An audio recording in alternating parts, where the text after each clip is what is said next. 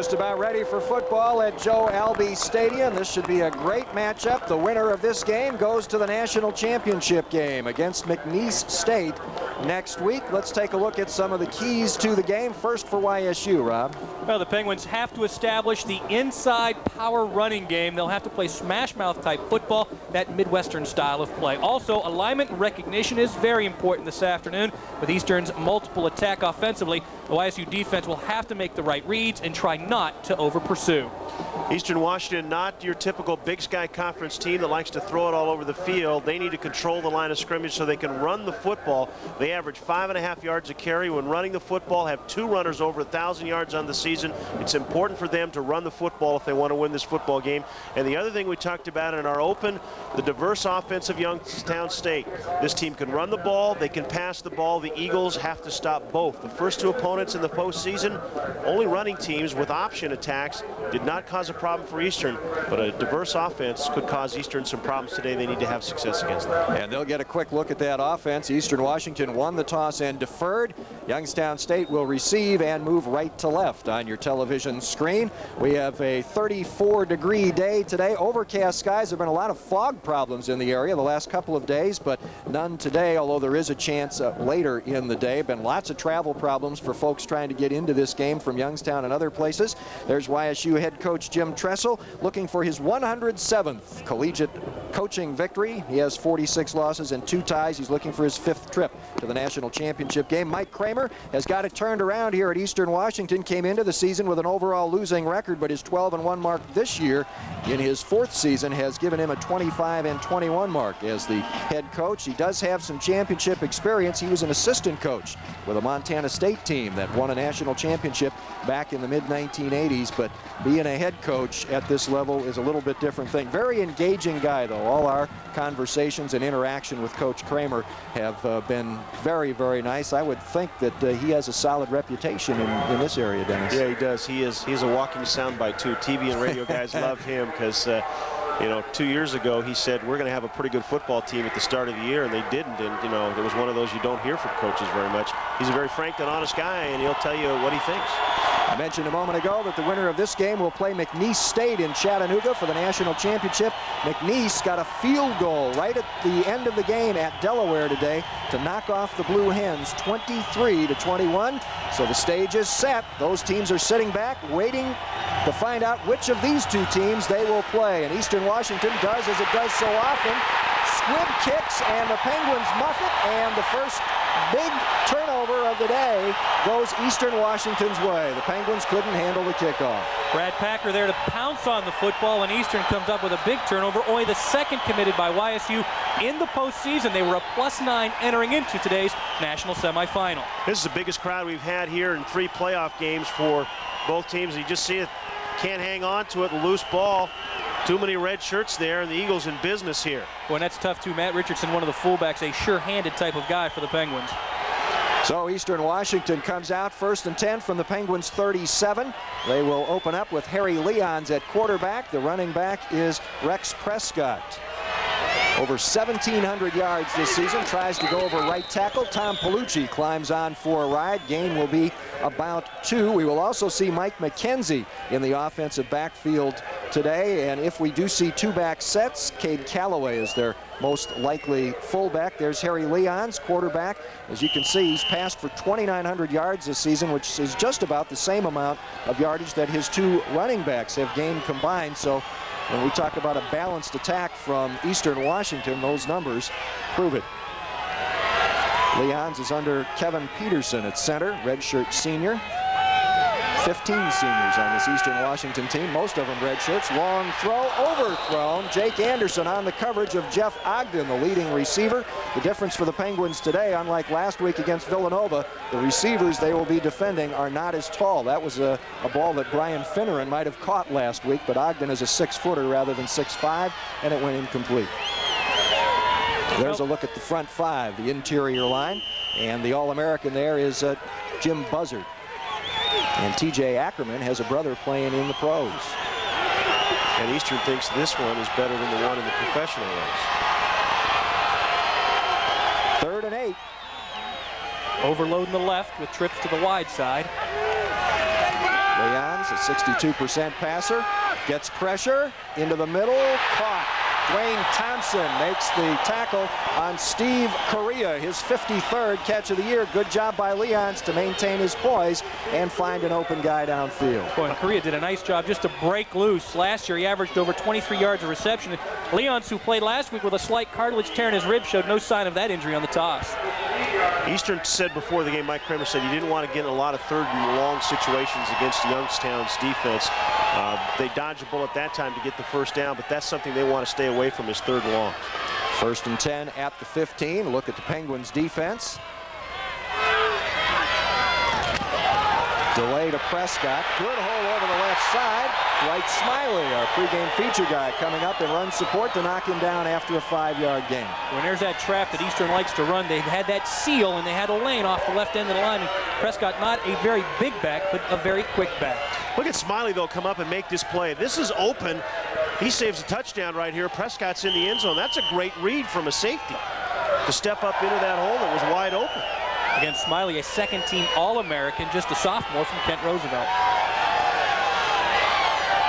2nd and 5 coming up. Prescott remains the lone running backs. 3 wide receivers. You see 2 of them to the bottom of your screen. Leons will look that way. Pumps once. Fires wide open. This is fumbled at the goal line, and Dwight Smiley recovers it in the end zone.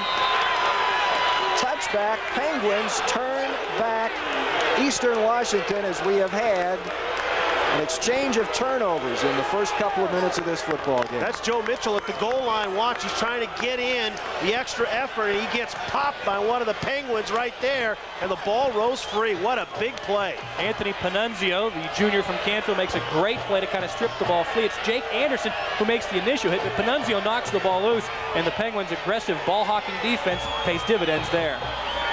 And they will get the ball out at the 20-yard line. So the Penguins survive a mistake on the opening kickoff, and now Eastern Washington will get a look at the Penguins' offense, guided, of course, by Damon Tidwell with Matt Richardson and Jake Andriadis, his running backs out of the eye. Andriadis will be spelled throughout the afternoon by Adrian Brown and Demetrius Harris in the 3-back rotation used by the Penguins. That was tight end Tim Terrell going in motion, setting up tight right. Andriadis gets the ball. Good running room over the right side. Out close to the 30-yard line. It will be short of a first down. That is exactly what YSU wanted to establish early on. They realized that Western's very quick and they like to push out, but the ends want to penetrate everything inside, so the Penguins will try to establish that early inside game and just run right at the Eagles' defensive 7. They overloaded that right side, and the Eagles did not move their defense to shift over, and they had an extra body in the box, and that enabled them to get man on man and open up a big hole. There you see what Damon Tidwell has done this year. His strength is efficiency, not big numbers. Led the Gateway Conference in passing efficiency. Matt Richardson, who's been kind of a missing element in the offense the last couple of weeks, gets a straight-ahead handoff to get the Penguins their first down of the afternoon, out close to the 33-yard line. Again, for YSU, this is the 11th best rushing offense in the country, and they go up against a defense which surrendered just 173 yards to Western Kentucky last week on the ground. All right, you saw the Penguins' front 5. That makes that running game go, and there are the so-called skilled people. You always hate to say that. It makes the linemen angry because they're skilled too. 1st and 10 Penguins from their own 33. Tidwell with an audible. Adrian Brown is checked in at tailback. And as happened early last week, Tidwell has to use an early timeout. So the Penguins call a timeout. 11:46 to go, first quarter. We remain scoreless between the Penguins and the Eagles.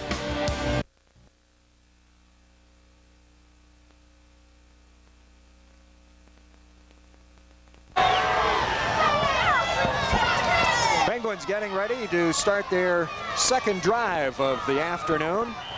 Still scoreless. Interesting that both of these teams came in here saying they wanted to and needed to run the ball, and their last 2 drives have both ended with a pair of incomplete passes. Penguins moved the ball well on their first drive on the ground. They'll try again. Adrian Brown going to be knocked down. Not much running room there. Boy, and Eastern made a nice adjustment during that last time the defense was off the field to make sure that they were going to clamp down between the tackles and not get exploited so often. Again, Brown trying to go off right tackle. Had a lead blocker there, but a nice job from the outside by Ole Olsen to make the stop coming up from his cornerback position. That also means that if the corners are coming up to make hits there, they're susceptible to going over the top on play action. 2-yard pickup, 2nd and 8 for the Penguins from their own 16. Delay, slipping and falling is Demetrius Harris. He had a nice hole in the middle, but he got caught in the turf there. When I was down on the turf yesterday, not wearing football shoes obviously, but a crepe type sole, I noticed that if you rub the turf a little bit, it tended to get slick. Now how that's going to affect footing today, I'm not sure. And they had a de-icing element on the field yesterday to try and take care of any ice or snow that was left from this past week. And we have not had any precipitation here since Wednesday, so they should have cleared it off and it should be good. 3rd and 8, the crowd comes to life here, sensing a possible turn for Eastern Washington in field position if they can hold the Penguins.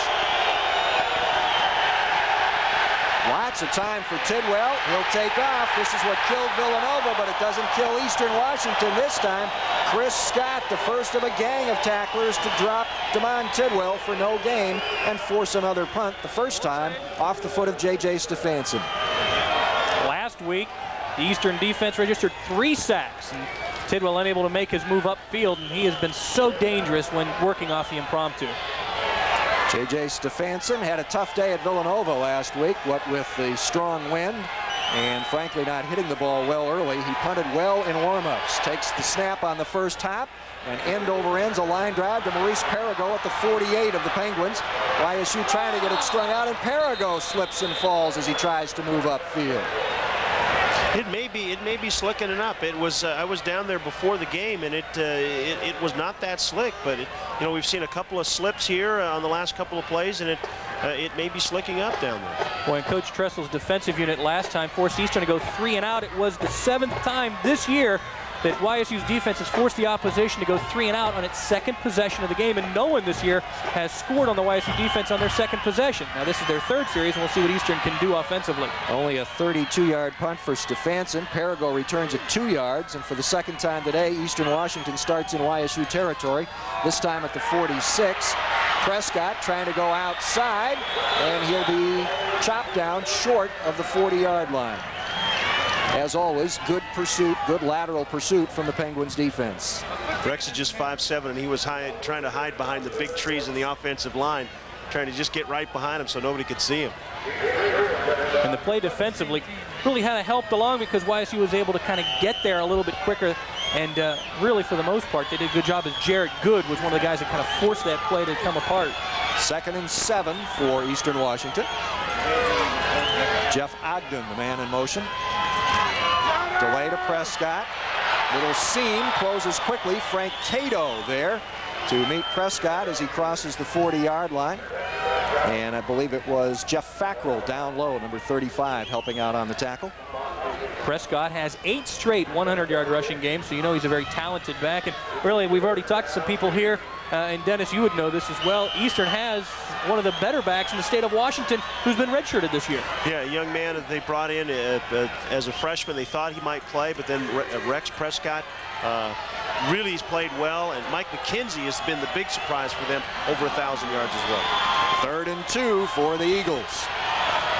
Go to a wing set left this time, 2 wideouts to the right.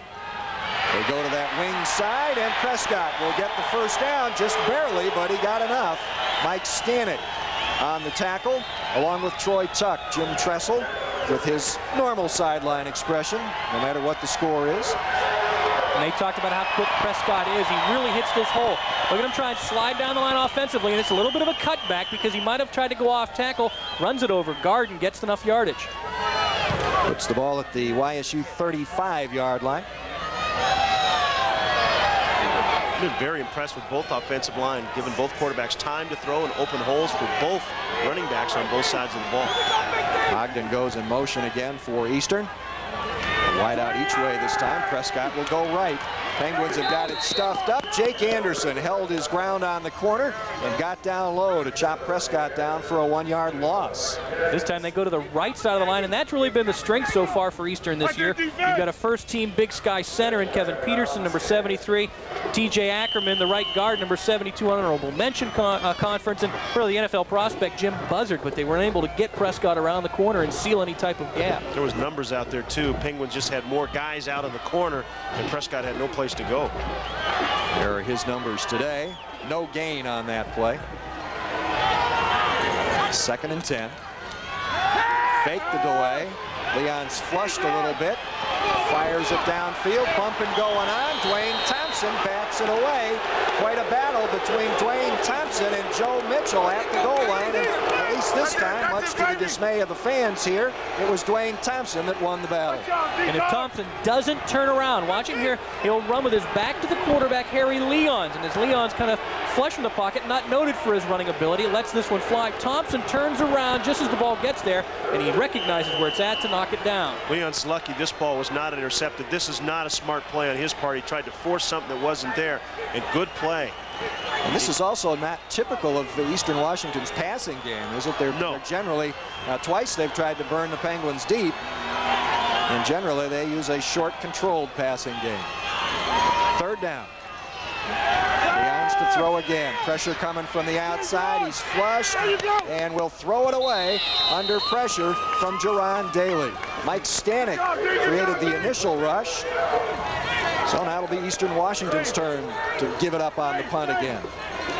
YSU's defense did a great job that time making sure every facet of Eastern's offense was shut down, and if they can get Leons out of the pocket, he's going to throw it away because he's not going to run it primarily. In fact, this year he's lost yardage when trying to run the football. 4th straight possession resulting in a punt now, 2 by each team. Jake Andrietta standing at the Penguins' 10. Zerflu gets it up in the air. This is what he needed to do. They're looking for field position here. Ball will bounce toward the 10-yard line. Down to the 7, rolling sideways, may get to the 6, but the Penguins will have their backs to the wall here with less than 30 seconds to go in the first quarter.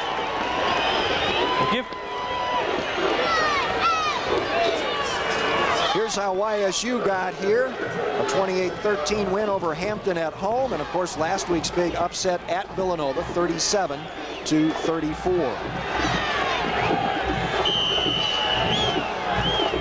Here's Eagle coach Mike Kramer pacing the sidelines like a big grizzly bear over there. And this is how Mike's team got here, playing both games at home. A win over Northwestern State and a win over Western Kentucky. 2 dominating performances. 1st and 10 Penguins from their own 6. Adrian Brown out of the backfield to the 10, and that will be it. It looked as if Brown was going to gain a little bit more as he was able to bounce it outside. Ed Harris kind of held up at the line, number 91, a defensive end for Eastern Washington. Tried to get outside. That by being held up, it enabled Brown to bounce it outside, but Eastern shows good speed defensively, and they really closed. And there's that small corner again. This time, number 1, LeVar McClary makes the stop on the bigger tailback. He's listed at 5'6", 140. I'm not sure he's that big. He is a little tiny guy. That was the final play of the first quarter. 2 teams that have great offenses are showing plenty of defense today. After 1 quarter, we remain scoreless between the Penguins and Eastern Washington in Spokane.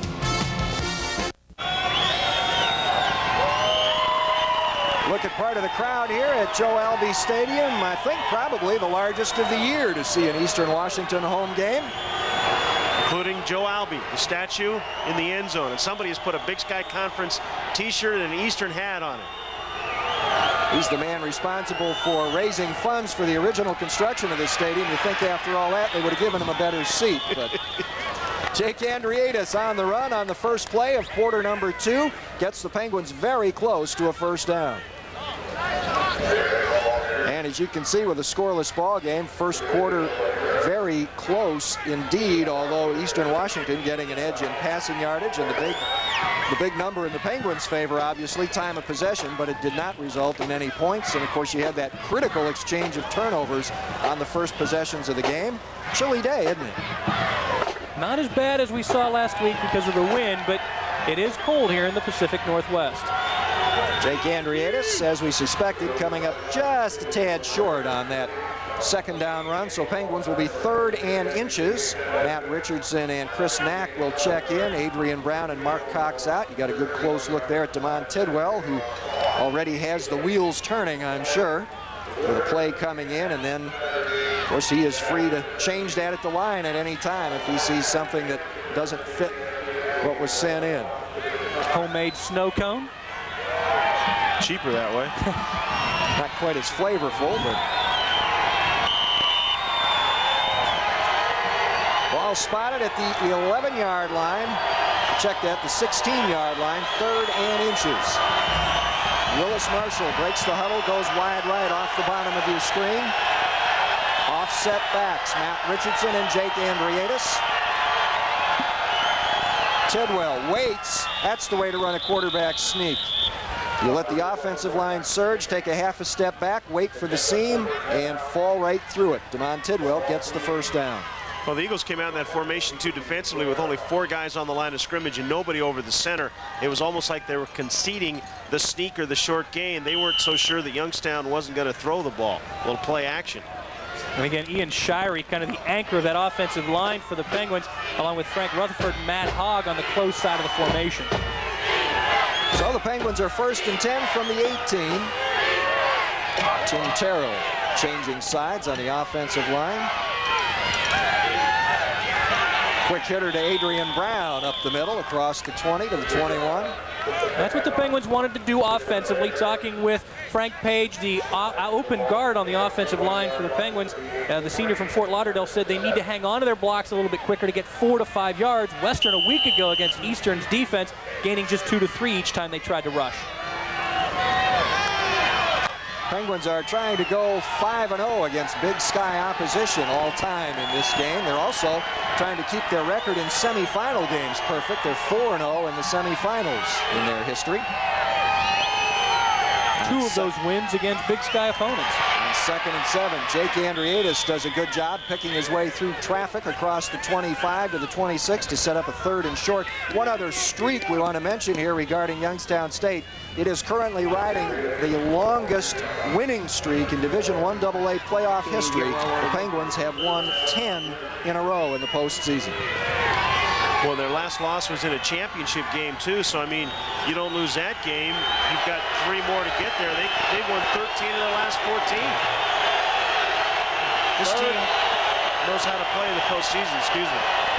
3rd and 2 for the Penguins. Again, the quick hitter to Adrian Brown. It breaks wide open. Brown will be chased down after a big gain. Maybe not. Willis Marshall trying to give him some interference, and he takes it all the way to the Eastern Washington 5-yard line on just a quick little hitter that was designed to get a first down in short yardage. And for the Penguins that time, the line did its job to help Adrian Brown break into the secondary, but his physical stature at 6 feet and 208 enabled him to break 2 critical tackle attempts by number 2, Maurice Perigo, and number 21, Jimmy Lake, and after that it was simply a foot race, and he was finally grabbed from behind. Willis Marshall doing his best to stay out in front on the block. That obviously is the longest running play for Adrian Brown this season, and for the Penguins, the previous long was 48. YSU has converted 57 of the 67 times they've been in the opponent's red zone this season. Mark Cox coming in motion. Jake Andriadis dives under the left side of the line, down close to the 1. Nice job by Andriadis to wait and look for something to happen. Not much doing on the left side of his offensive front. And again, last week, Eastern had a huge goal line stand against Western, which really turned the tide in that game. A monstrous goal line stand that just turned the tide of the game. At that time, they were just looking for yardage and a good play by Jake just to find what he could get and then kind of put his head down and go for, if he will, to get as much as he could. Actually only got a yard there, so it's 2nd and goal from the 3. The Eastern Washington defense getting its first really stiff test of the afternoon. Tidwell will run the option, puts his head down, crashes toward the goal line, and comes up short. Well, I like that call on the goal line. However, you're running it to the boundary, so it gives you an option because now Tidwell can tuck it under, and he does such a great job making the decision here on the speed option, but it gives him a chance to figure out what he'd like to do, and since they went for the pitchback, he was able to turn it in. Didn't score, but a nice play call.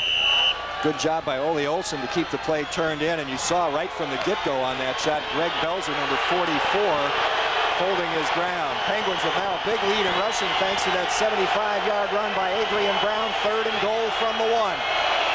Mark Cox goes in motion.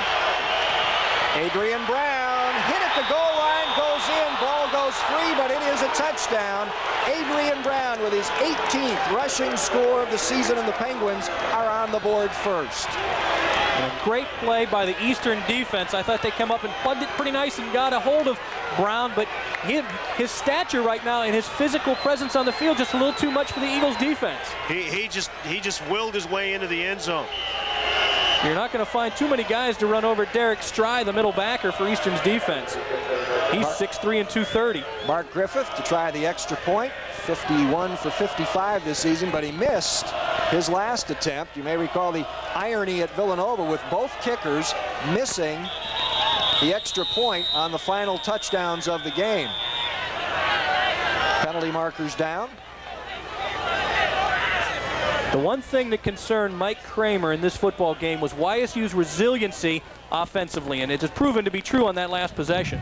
We had a dead ball snap infraction on the offense, 5 yards. We'll replay the try.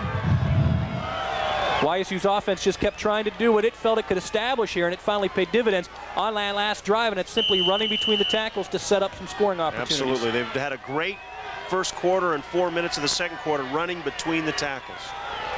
Well, this extra point now becomes the equivalent of a 35-yard or 25-yard field goal. And it's good. So Mark Griffith puts point number 7 on the board for the Penguins. We are exactly 4 minutes into the second quarter. Our score, YSU 7, Eastern Washington 0.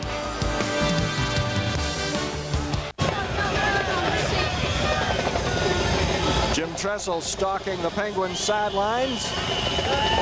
Now looking at a team that has a 7-0 lead. Mike Kramer stalking the other sideline in an unfamiliar situation of having to come from behind.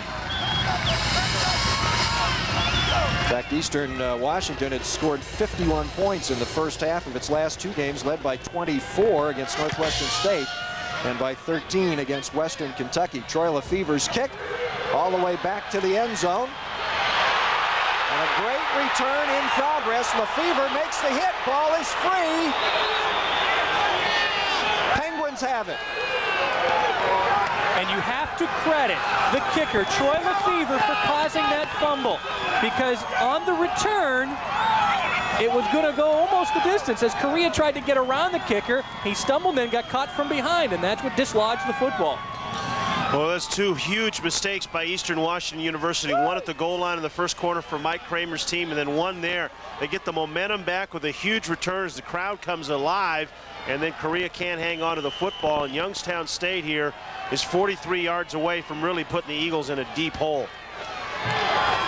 Correa again looking as if he's going to take this one the distance. He is slowed down by Lefevre and eventually lost the football. The Penguins this year have scored 8 out of the 11 times that they have come up with a fumble. And again, the Penguins' penchant for producing turnovers in the postseason continues. Off the play-action fake, Damon Tidwell threw a made-to-order interception into the hands of Ole Olsen, and he couldn't hang on. Willis Marshall, the intended receiver. Marshall slipped down, and it was disaster from the beginning. He only had one receiver. Marshall slipped down, then tried to get up, and then they tried to make something happen, and that play was designed to fail from the beginning. Bueno. Here's the Penguins' touchdown, a determined 1-yard effort by Adrian Brown, who just barely got it in. That was set up by his 75-yard run 3 plays earlier. That, of course, the biggest part of the 9-play, 94-yard drive that took almost 4.5 minutes. On 2nd and 10 for the Penguins from the Eastern Washington 43. Quick pitch, Demetrius Harris strings it out, dragged down at the 40. Getting over on the play, Ole Olsen, one of those undersized corners, and he had help from Jared Jeske, outside linebacker. That was one of the concerns, I think, that some of the fans for Eastern had was how were the corners of the Eagles going to be able to cope with a physical presence of Youngstown State. But these guys have been tested all year long and really have only been beaten twice in pass patterns deep. And if you're going to run at them, you got to be able to break some tackles. And he did a good job there, and primarily assisted on the play by number 38, Jared Jeske. Eagles have had good success in the postseason stopping the outside stuff. They haven't been able to stop the inside stuff today. 3rd down 7 for the Penguins. Tidwell steps up, tripped up by his own lineman, I think. I think he got his feet tangled up with Frank Rutherford and goes down for the loss. And Tidwell looked as if he had an alley in which he could have run for some yardage. Not sure if he would have picked up the necessary yardage for a 1st down, but this time watch him step up into the pocket. He looked to his left, come back to the right, and there he tripped. It looked as if it was 66.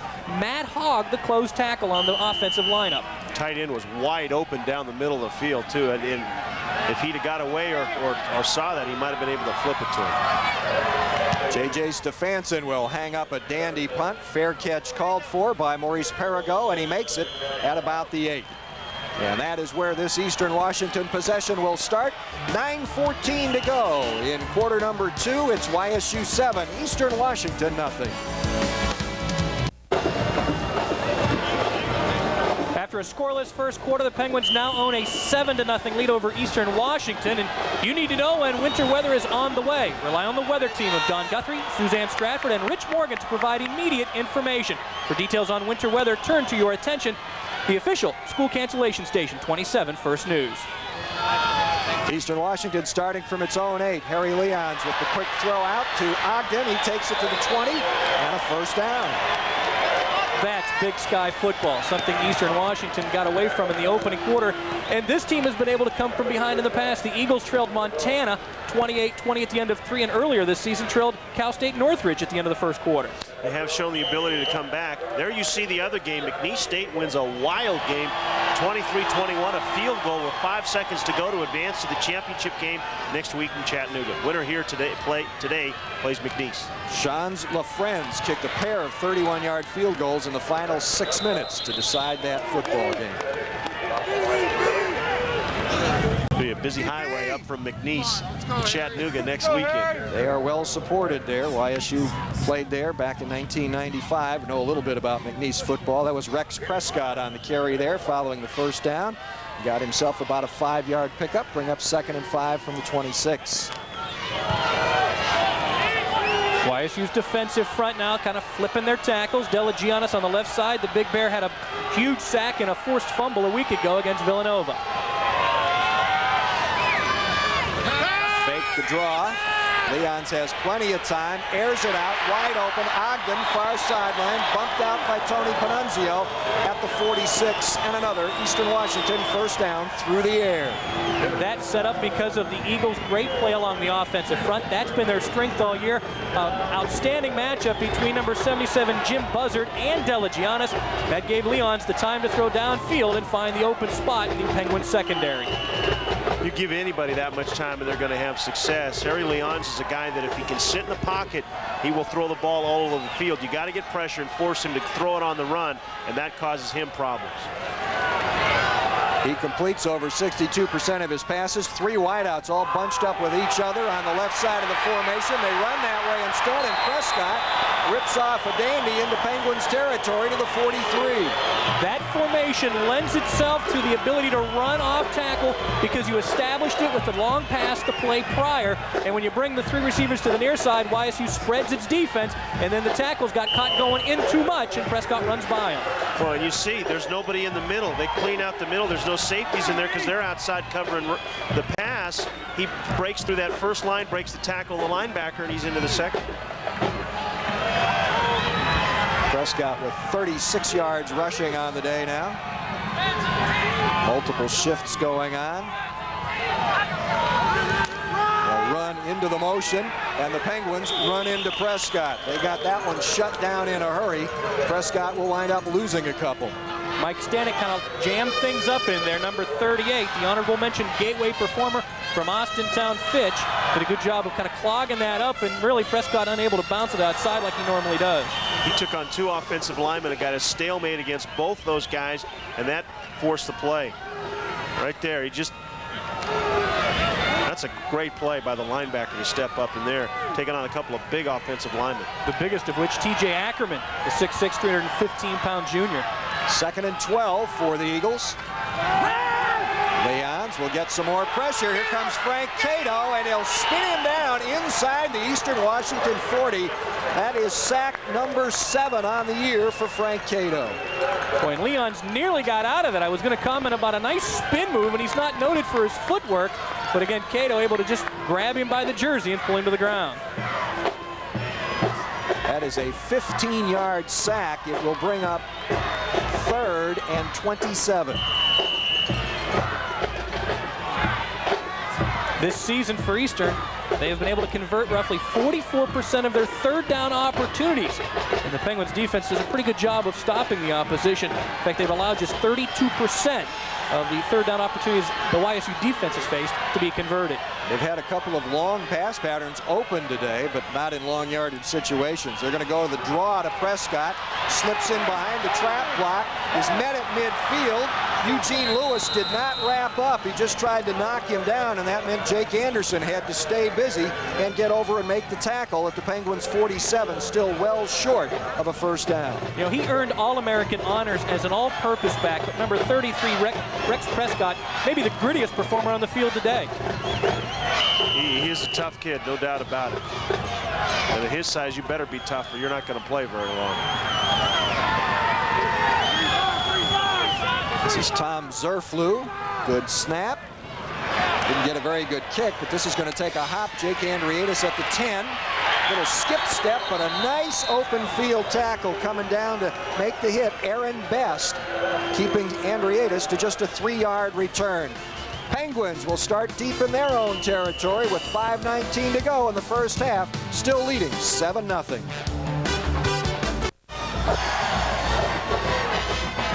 Part of the Eastern Washington offensive unit looking a little gassed here right now, but Excuse me, sir. they have not been able to hold on to the ball very long today. However, field position has swung their way. YSU starting from its own 14. Matt Richardson gets the handoff, and he will struggle across the 15. We surmised earlier that this might be the largest home crowd of the year for Eastern Washington, and we are told it is a crowd of 8,529, which I think does qualify as their largest officially. Yes, but it looks a lot bigger than that, doesn't it? It sure does. They must be sitting every other seat instead of every seat, because it looks a lot bigger than 8,000 people here. And we were told the noise is really held very well in this stadium, so it may even sound like there's 15 to 20. 2nd and 9 for the Penguins after the 1-yard pickup by Matt Richardson. Demetrius Harris, the lone running back, gets the ball, fights his way through the traffic in the middle, across the 20, out close to the 22-yard line. Demetrius, a speed back, but we have seen all season long that he is much stronger an inside runner than we anticipated seeing him be. He had a reputation as a speed back as a transfer from Pitt. Pretty good running backs on this Youngstown State team, and they all do something just a little bit different, and that's so hard to defend if you're a defensive player when you got 3 different guys running from the backfield. 3rd and 3, the crowd gets into it.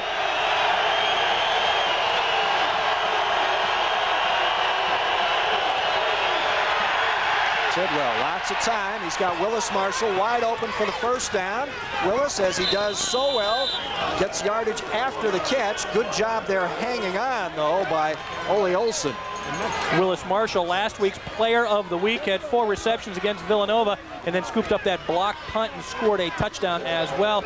And he has really turned into a big-time player, but Tidwell with good protection, just a straight drop, nothing off the speed option, and he finds Willis Marshall, who turns it into a 1st down. He looked for somebody down the middle, too, and that was the secondary or maybe even the 3rd receiver. Good play by Tidwell to see the entire field and find the open man.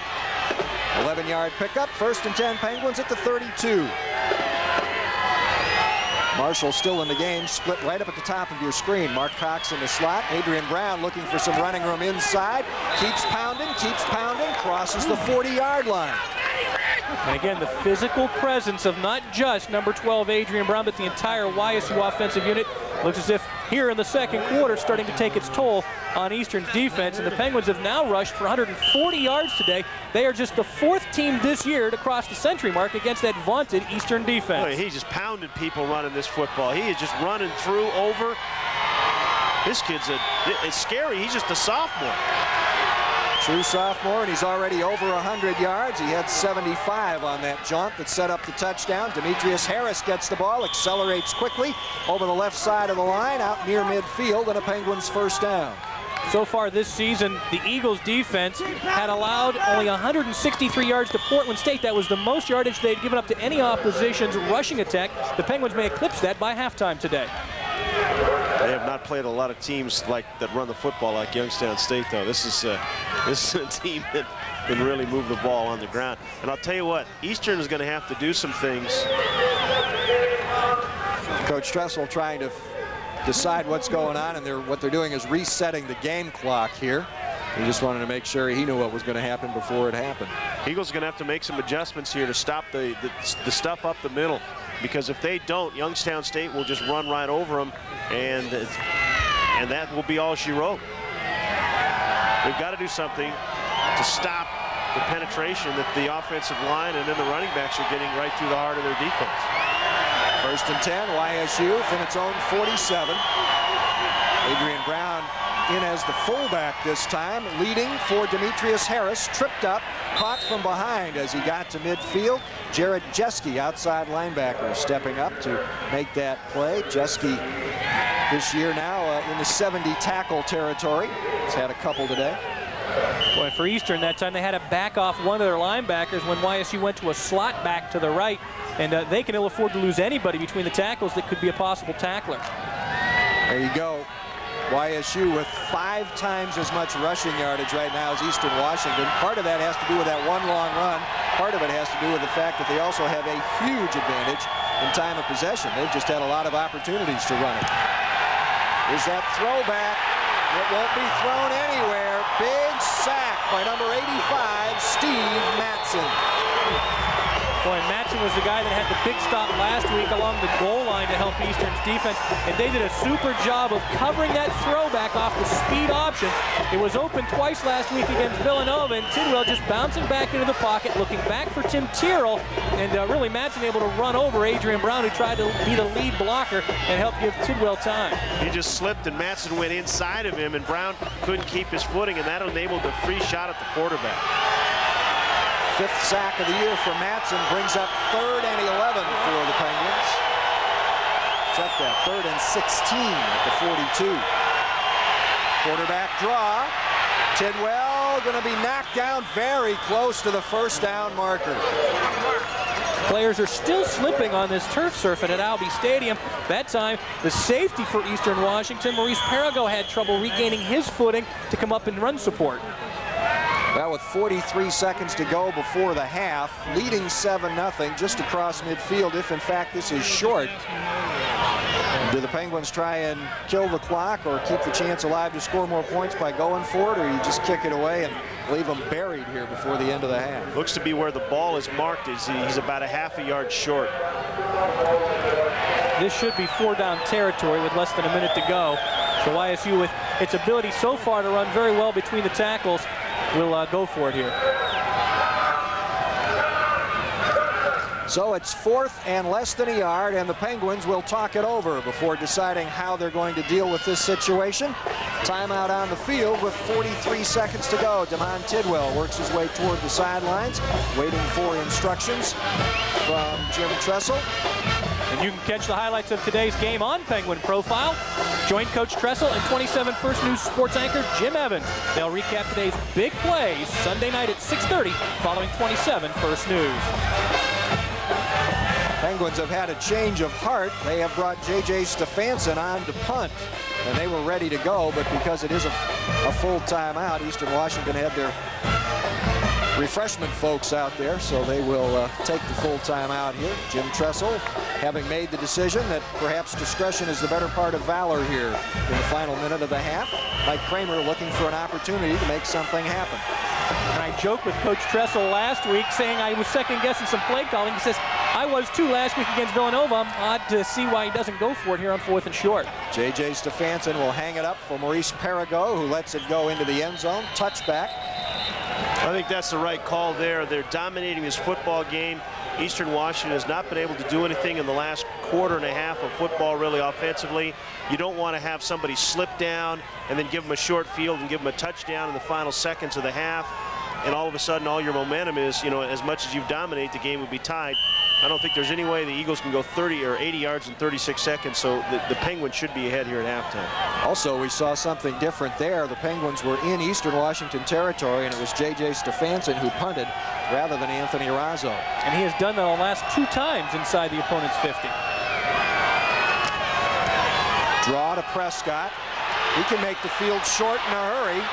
Check it, that's McKenzie, 32, who got the ball and takes it out to the 34-yard line.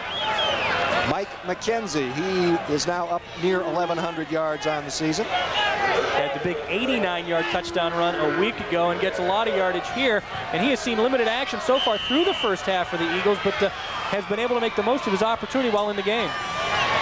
Leon's to throw, has time over the middle, incomplete. Ogden climbed the ladder trying to get it.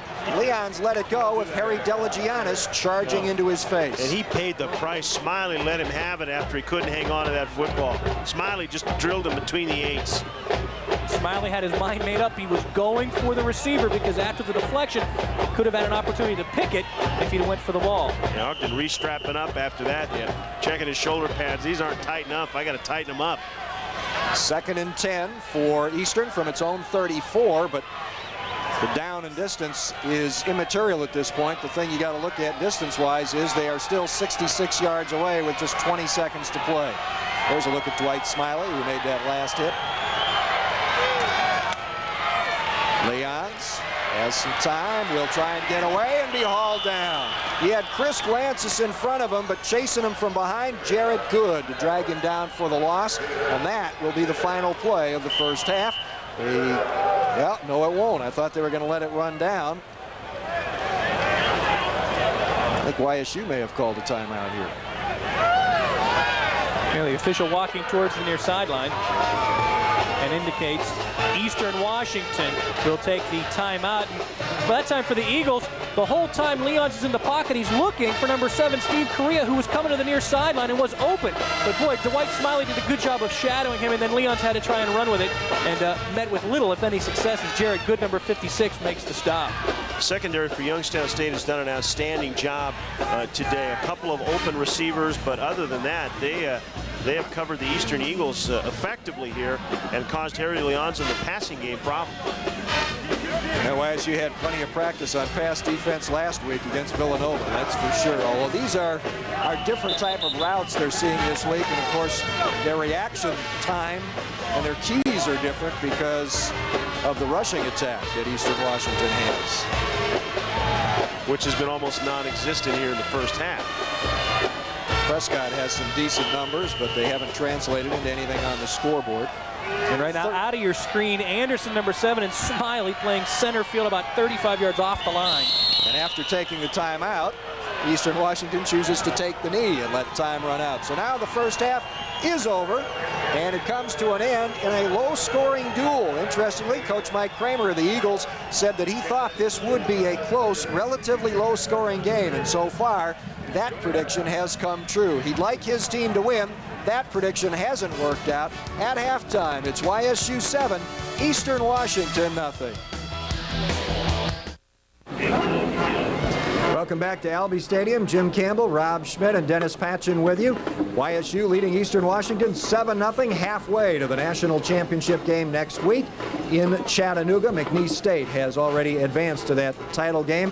Rob, once again, turnovers a big part of the first half. It really has been. It helped the Penguins kind of keep the opposition off the board. The only problem is YSU today has not taken advantage of those and turned them into point production, but it has kept Eastern Washington off the scoreboard. This is certainly a strange circumstance for Eastern Washington, or Big Sky fans for that matter, when you look at the scoreboard. Yeah, when's the last Big Sky team who didn't score any points in a playoff game at halftime? This is not what they expected. I mean, they expected this kind of football game from Youngstown State. They thought they would have some success. They have not been able to run the ball, hence they have been able to get some time a lot of times to throw the football. It's just been a dominating performance by Youngstown State up front, both offensively and defensively. And you may recall in the pregame we talked about the need for YSU to dominate the line of scrimmage. Much of their advantage right now has been the result of one run, which you will undoubtedly see here later in halftime, a 74-yard breakaway by Adrian Brown. It came through the middle on a quick hitter, and as you pointed out, the middle has been the soft spot so far. Yeah, the Eagles have been able to stop the stuff on the outside from the run, but they can't stop anything right now between the tackles. I'm sure that Mike Kramer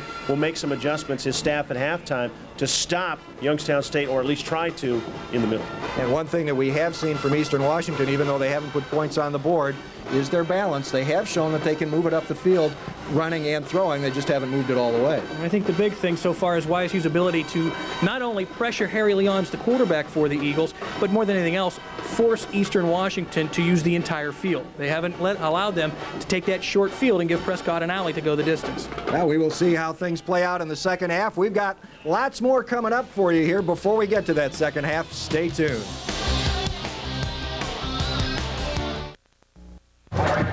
Youngstown State leading Eastern Washington 7-0 halfway through this Division I AA semifinal championship game.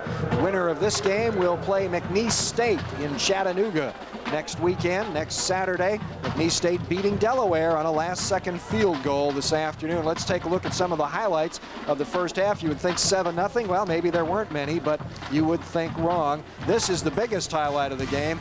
Adrian Brown, a 70-yard gallop. Great job of breaking tackles on his way to a 102-yard rushing performance in the first half. In fact, Eastern's defense allowed only 3 teams all year to cross the century mark on the ground. He did it himself individually in the first 2 quarters. And it was Brown who ultimately got into the end zone as well. Something he has done very well all season long. That ball was over the goal line when it shook free, so it was a touchdown for Adrian Brown. Look at the Penguins' defense here. YSU's defense has really been the story in this game, limiting the rushing attack of Eastern to just 44 yards in the first half, but Rex Prescott still able to pick up a few of them on that run. Harry Leons at quarterback has had problems trying to gain some time. Here he had some, but again, the YSU defensive front able to get inside on him and drop him for the sack. 1 of 3 on the first half for the Penguins in the game. And here's a look at the first half. You can see first downs are dead even, but after that, things start to swing Youngstown State's way, particularly in the rushing category. You can see the big turnover column. Penguins have the 2-1 edge there. Solid third down conversion. And then, as we made a reference to in the pregame, time of possession. And I would think that, as I mentioned in the first half, guys, with Eastern Washington only having the ball 9 minutes in the first half and only being down 7 points at intermission, they actually have to feel kind of good. Yeah, Mike Kramer's team's got to feel very lucky and very fortunate that they're only down 7-0 in this football game, as much as Youngstown State had dominated in the last quarter and a half of that first half. And then maybe that's why Jim Tressel was pacing the sidelines with a little bit of a look of concern. Here are your leading rushers in the game. Adrian Brown, 102 yards already with that 70-yard jaunt, the biggest part of that.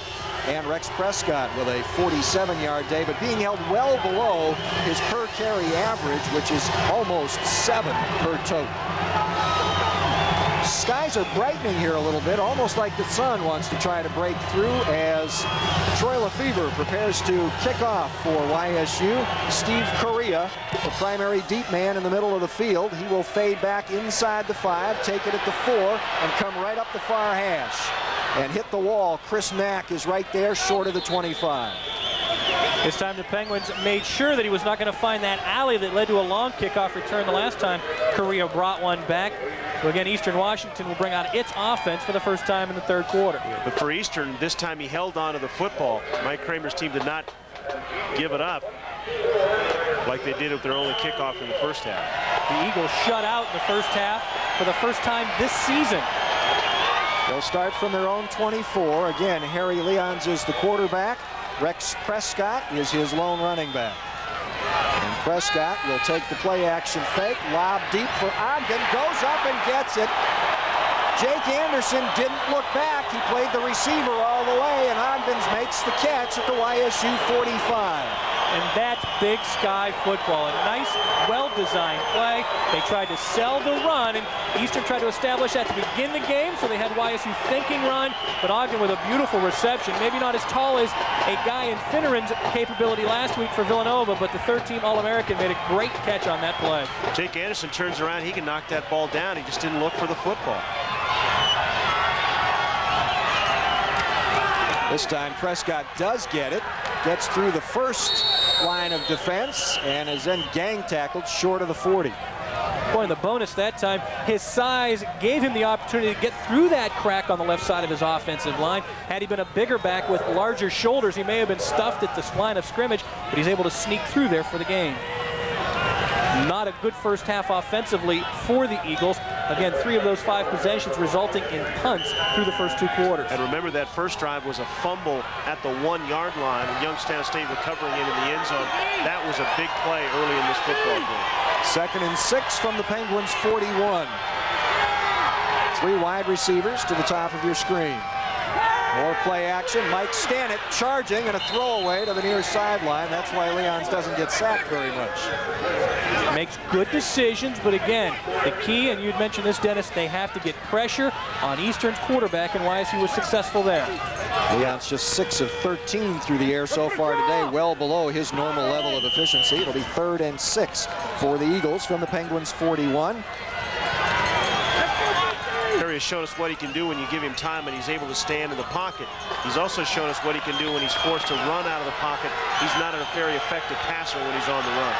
This time 2 wideouts to the right and 1 off your screen to the left. Prescott, the lone running back. Leon, short drop. Rifles the out to Ogden, and he'll be run out of bounds by Jake Anderson at the Penguins' 25. Another 20-yard pickup in the short passing game. And maybe the best ball thrown today by quarterback Harry Leons. That's a play we see a lot in the Big Sky Conference. You take your outside receiver, you run him up the field. You take the inside slot guy and you run him 5 yards, and then you throw it out and you throw the ball on the break, and it's so difficult to cover that. Boy, and YSU tried to come with a late blitz. Number 19, DeWayne Thompson, tried to get in there, but Eastern's line offensively did a good job of sealing him off. It was actually a 16-yard gain. Ogden nearing 100 yards receiving on the day. He's the man in motion. From the Penguins' 25, Prescott, good seam over the right side, inside the 20-yard line. Eastern Washington offense looking a little different here on the first possession of the second half than it did most of the first half. And it was set up because of the pass. And really, for this football team who has been run-oriented by evidence of 2 1,000-yard rushers, it's now feeding off of their passing attack, and that's what enabled Prescott to pick up a nice gain of 6.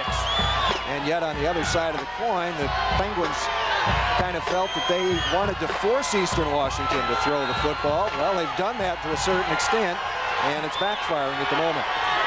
2nd and 4 from the 19. Prescott on the delay. Slips and falls as he tries to make a cut behind Lance Knavelsrud, his left tackle. There was a big hole there, too. And unfortunately for the Eagles, he slips down, or he certainly would have had the first down.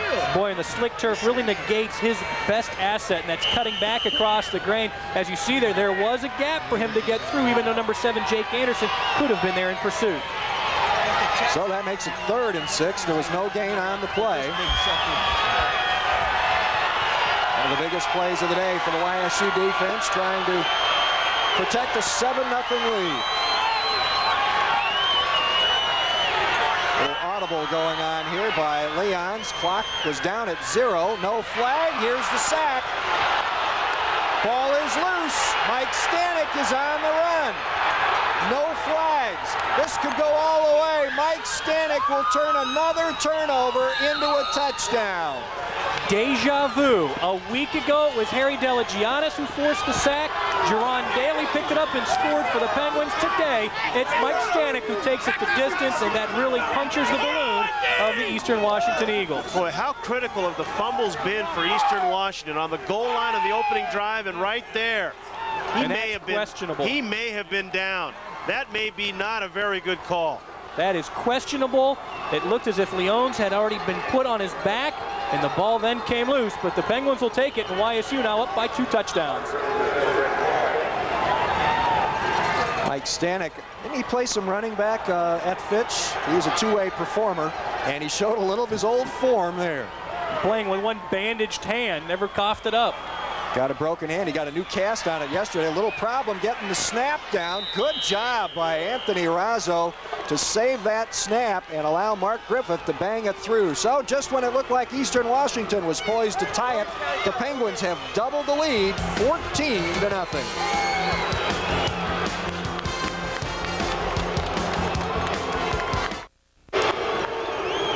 Coach Mike Kramer, just before we came back, he was clapping his hands trying to keep his team up after a shocking turn of events. They were knocking on the door for a possible tying score, and a very questionable fumble leads to a 73-yard touchdown return by Mike Stanek, and instead of being tied 7, Eastern Washington is down 14-0.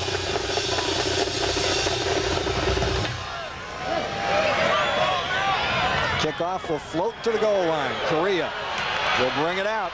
Good seam, breaks it at the 20. Ed Blizzard makes a diving stab to keep Correa from doing more damage, but as it is, it's a 30-yard plus return.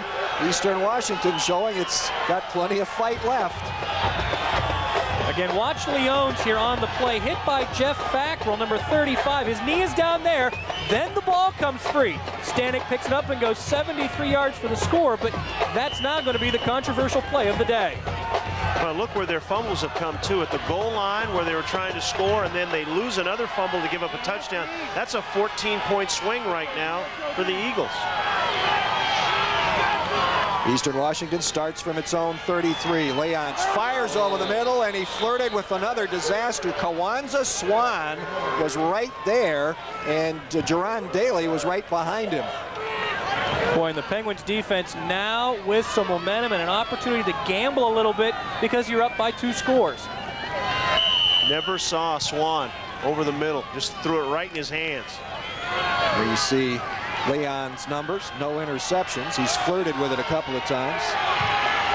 2nd and 10.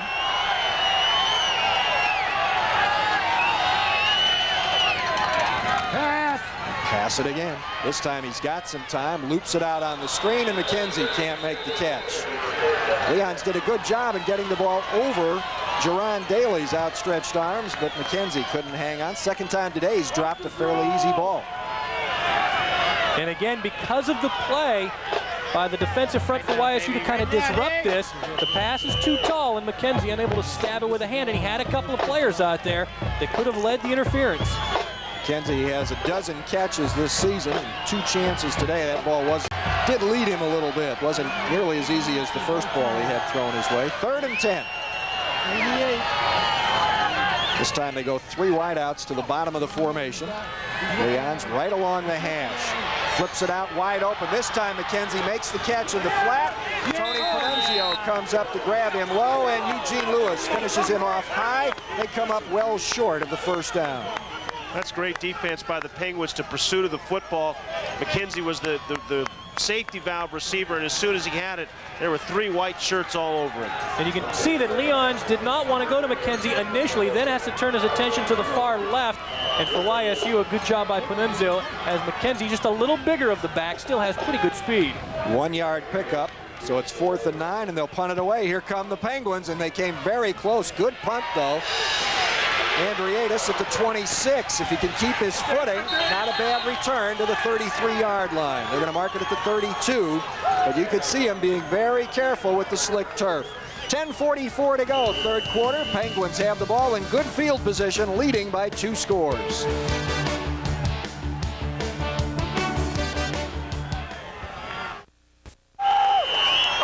A lot of football still to be played here at Eastern Washington. Tonight after the game, relax with George Blake in the Jazz Cafe, followed by Dave Kaz and Personal Notes on 98.9 KBN FM. 1st and 10 from the 32. Demetrius Harris looking for running room, strings it out, and makes it to the 39-yard line. Turn nothing into about 7 yards. And really that helped because Maurice Perigo, the free safety for Eastern Washington, came up too quickly in run support and was unable to stay outside as Harris bounced it out towards the far sideline. Oh, he kept stringing it out, trying to find a seam, and kind of just floated it out there and got 7 yards. Again, YSU has been run-oriented first today. 29 of their 35 plays from the line of scrimmage have come via the ground attack. And Eastern Washington coach Mike Kramer made no bones about it. He says, we think we can stop the run. So far, it hasn't happened today. There's that quick hitter that Adrian Brown broke for big yardage in the first half going this direction. He got into the hole quickly again, but this time he is stopped for a 5-yard gain. It will give the Penguins a first down, though. And Adrian Brown has been the most effective back today for Youngstown State. And oddly enough, Jake Andrianis has had only 5 touches on the ground. Brown has doubled him, having run the ball 10 times. 30 carries for 166 yards, over 5 yards a carry. They're just dominating the line of scrimmage with the big guys up front. Neutralizing the quickness of the Eastern Washington defensive core. From the 46, this is Jake Andriatis. He slipped as he tried to make his first cut, so he keeps going forward, footing pretty good in the middle. He gets another 8. And again, YSU in what appeared to be a passing formation, trips to the short side, a single back behind Tidwell, and Andriatis with good speed and nice determined effort gets the most out of the play. What they're doing up front is they're doubling Chris Scott, the defensive player of the year in the Big Sky Conference, and then they're going solo on solo against everybody else and controlling the line of scrimmage. Scott has seen double team action all day long. 9 minutes exactly to go, third quarter. Penguins lead 14-0. Demetrius Harris, he finds the hole in the middle, continuing to be the most consistent soft spot for the Penguins running game. That will be another first down. And that was one of the keys we talked about before the game started, is that YSU's offense wanted to run straight at Eastern's front 7. They have run well between the tackles so far. They've kept the ball inside. And now it's just up to the Eagles defense to get a little bit tougher in between. There's a look of a very concerned Eastern Washington coach in Mike Kramer. Well, he said last Tuesday in Coach Tressel's media press conference by phone, this will be the biggest challenge that Eastern Washington's football program has ever faced. Jake Andriatis, they had a blitz coming from the corner. The Penguins opened a seam on that side, and Andriatis slices down just short of the 25-yard line. And he recognized a hole to the right. It was a nice gap for Andriatis to go through. Again, the only setback, actually an offset eye to the right, but Andriatis with a good job to recognize the gap. The hole opened up by number 70, Frank Page, and that got him into the secondary. You have to wonder now with the time of possession and this running game if fatigue doesn't start to be a factor for the Eastern Washington defense, putting in an awful lot of time on the field. Richardson gets the football, but he too lost his footing as he planted his left foot. It got away from him a little bit. He'll get a yard or so. You know something we haven't seen today? We haven't seen a holding penalty. We have not. I mean, think about how they've dominated the line of scrimmage, Youngstown State, and have not even been called for a holding penalty. You want to knock on my forehead for good luck? No. In fact, we haven't seen one on Eastern's team. I'm just saying, sure, because I mentioned we had no penalties in the first half at Villanova last week, and as soon as I opened my mouth, there were flags all over the field. So, 2nd and 8. A long 8 at that, just inside the 25-yard line. Jake Andriatis got the football, and he was met immediately in the hole. Maybe a loss of a yard. Avant Grant was the guy who nailed him. He shedded the block and then just stood him up. Watch Grant on the right side of your screen. Just get rid of the blocker and whammo. And the hole was going to be plugged by Stride, the middle linebacker, number 92, but Eastern that time recognized the play very well. 3rd and 9 for the Penguins from the Eastern Washington 25. Crowd on its feet. Play clock inside 10. Option right. Pitch to Andriatis. Well covered. No gain. Ole Olsen stayed right with it. That's something Villanova did not do last week. They did not play their assignments on the option, and obviously Eastern Washington learned its lessons well for Western Kentucky last week and are carrying them over to today. But they did a nice job. Madsen getting off the initial blocker. Andriatis just left out there on an island, and Olsen did a good job of breaking down and staying in front of him to make the stop. Mark Griffith will attempt a 41-yard field goal as soon as Todd Kolar gets into position on the offensive line. Griffith 10 for 14 this year, 2 for 2 outside the 40. Big kick here makes it a 3-possession game. It's on the way. Got it. 42-yard field goal for Mark Griffith, which eclipses by a yard his previous long effort of the season. And it gives the Penguins a little extra cushion. 6.5 to play, third quarter. YSU now leads it 17-0. A 10-point third quarter has helped YSU open up a 17-point gap against the host Eastern Washington Eagles. And tune in tonight after the game as Suzanne Stratford and Gordon Lesh update you on all of today's headlines, as well as continuing coverage of the Youngstown State University Penguins. So watch tonight on 27 First News. Look at some of the Eastern Washington defense, which is undoubtedly facing its severest test of the season, and now the offense may be in the same boat. Not often that Eastern Washington has faced a 17-point deficit, if ever. They were down 8 to Montana and came back to win 40-35 with 20 fourth-quarter points, though. Mark Griffith's kickoff is a hanger. This is his first short one. Correa at the 10. Penguins penetrate the wall. Luke Shoemaker, the first one there, and he drags Correa down near the 20. It's a tale of turnovers today. Youngstown State had 15 turnovers in 11 regular season games coming into this game. Now they have 13 turnovers. There you see the possessions for Youngstown State. A 94-yard drive. That was huge. That's right. And don't forget, the fumble was not a possession. And the Eagles, in their 12 wins, only turned the ball over 16 times. So if they turn the ball over, they're in a bit of trouble. They've turned it over 3 times today. Again, they go to the pass on first down, rifled into the middle, caught. Dwayne Thompson with a little bit of a mismatch there size-wise. The catch made by the big tight end, Tyson Canavelsrud. They had to find another receiver outside of Jeff Ogden, who had been the primary target today for Harry Leones. But they go to Canavelsrud, and the big sophomore makes a nice reception and a well-delivered ball. And so far, Leones has thrown much crisper here in the second half. Ogden has 5 catches. Nobody else has any more than 1 right now. Well, again, the Eagles like to spread around a very diversified attack, but they have been unable to score in today's game. More play action. Deep throw for Ogden. Got it. Again, Ogden doing a great job finding some space between Jake Anderson and Anthony Panunzio. And 2 big pass plays have Eastern Washington back on the front porch, but they're 0 for 2 in the red zone today. Both times they have been in the red zone today, they have coughed it up on turnovers. This is just a great ball right down the middle of the field. Good concentration, too, by Ogden. He knew he was going to get sandwiched on the play and actually had to turn around in midair to make the grab. Third visit of the red zone today for the Eagles. 1st and 10 from the Penguins' 17. They'll throw it again. For the corner, for Ogden. Touchdown. He dropped it. Tom Palucci and Dwight Smiley were over there, but that was a touchdown waiting to be scored by Jeff Ogden, and he couldn't hold on. How's this for an offensive possession? 3 passes, should have been a touchdown. Leones again with a nicely delivered pass, and just as he gets to the ground, the ball slid through his arms, and he knows he dropped it. Not a controversial call that time. 10 for 20 now for Leones, approaching a 200-yard day. 2nd and 10 from the YSU 17.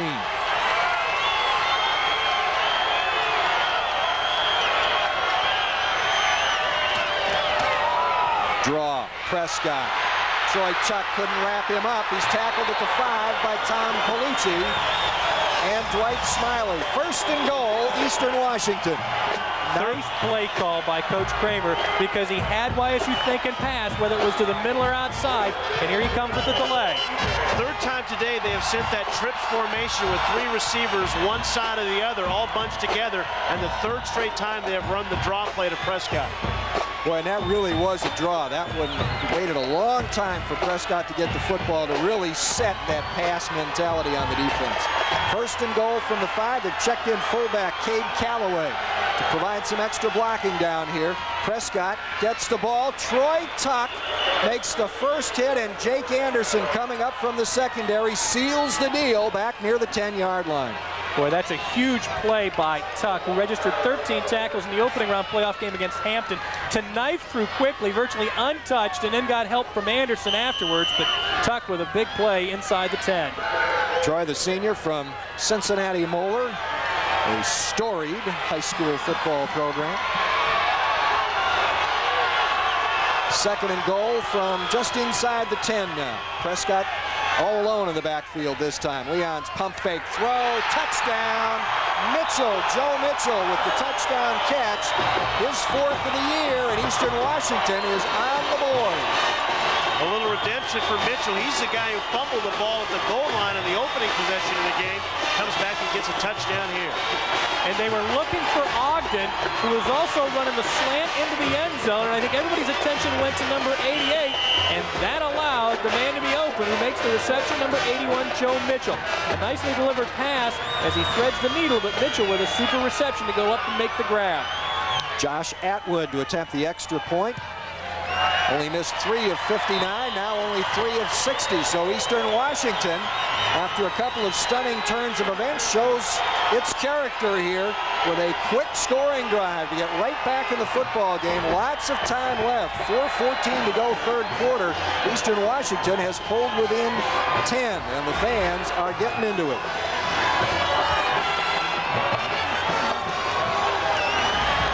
Again, we have 8,500 and change here, the biggest crowd to see an Eastern Washington game at home this season. Here's another look at the TD.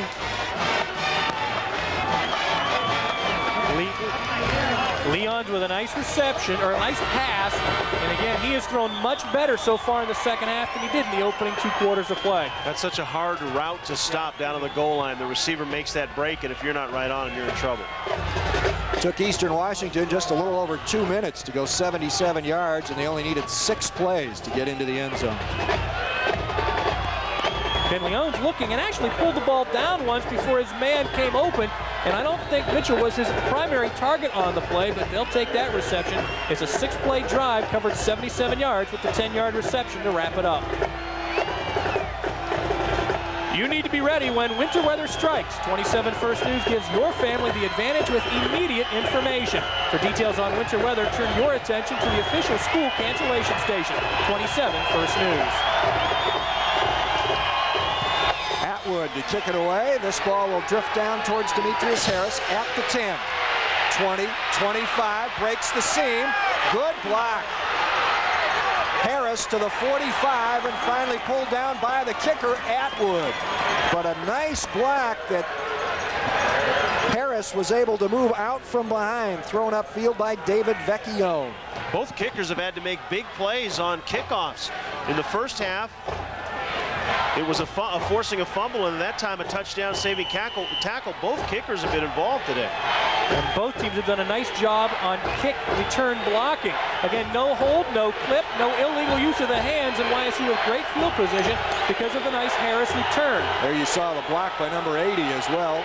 37-yard return to the 47-yard line, so the Penguins bounce back with good field position. Jake Andriadis eludes the penetration of Ed Harris, but then it's a gang tackle by the rest of the Eastern Washington defense. Crowd booing. They thought the ball was loose on the ground, and Derek Strye came up with it, but he was ruled down on the ground. This is a big series for the Eastern Eagle defense here. And again, there you see Derek Stride. Jim, you mentioned Ed Harris. He's a great story. His older brother, Haywood Harris, collapsed and died on the practice field at Washington State back in 1979. So in his honor, he wraps his wrists and wears his brother's number 76 for each game. 2nd and 9 for the Penguins from their own 48. Adrian Brown into the hole over the left guard, and he gets nothing. So this Eastern Washington crowd and defense both fired up by that quick strike scoring drive that has not only put Eastern Washington back into this game on the scoreboard, but emotionally as well.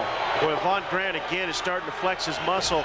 Last possession, he came up with a big hit, and here again, just gets rid of the block and is in the hole. This is a team which has 15 seniors on its starting lineup, both offensively and defensively. 7 Eagles defensively are either 4th or 5th year seniors. 3rd and 8. Play clock already under 10. Jake Andrietas alone behind Damon Tidwell. He'll stay in the block. It looks like a screen, and it's batted down. Steve Mattson got the penetration and batted down the attempted screen pass, and YSU will be 3 and out for one of the few times today. And for Penguin fans, you had to wonder how much longer was Tidwell going to hang on to the football before he tried to deliver the screen. And really, it never developed the way Tidwell had hoped it would. A straight drop into the pocket, but then he allows the guys to come in somewhat. And actually, the intended receiver, number 21, Andrietas, tackled by number 90, Avant Grant. They just flat tackled him, knocked him down. Well, maybe that's why we haven't seen many penalties today. J.J. Stefanson muscles this punt to the 18. Perigo takes it there, escapes the first tackler. Upfield he goes, and he will go the distance. 72-yard punt return for Maurice Perigo for the touchdown. And Eastern Washington has completely turned this football game around momentum-wise, and they are close to completely turning it around on the scoreboard.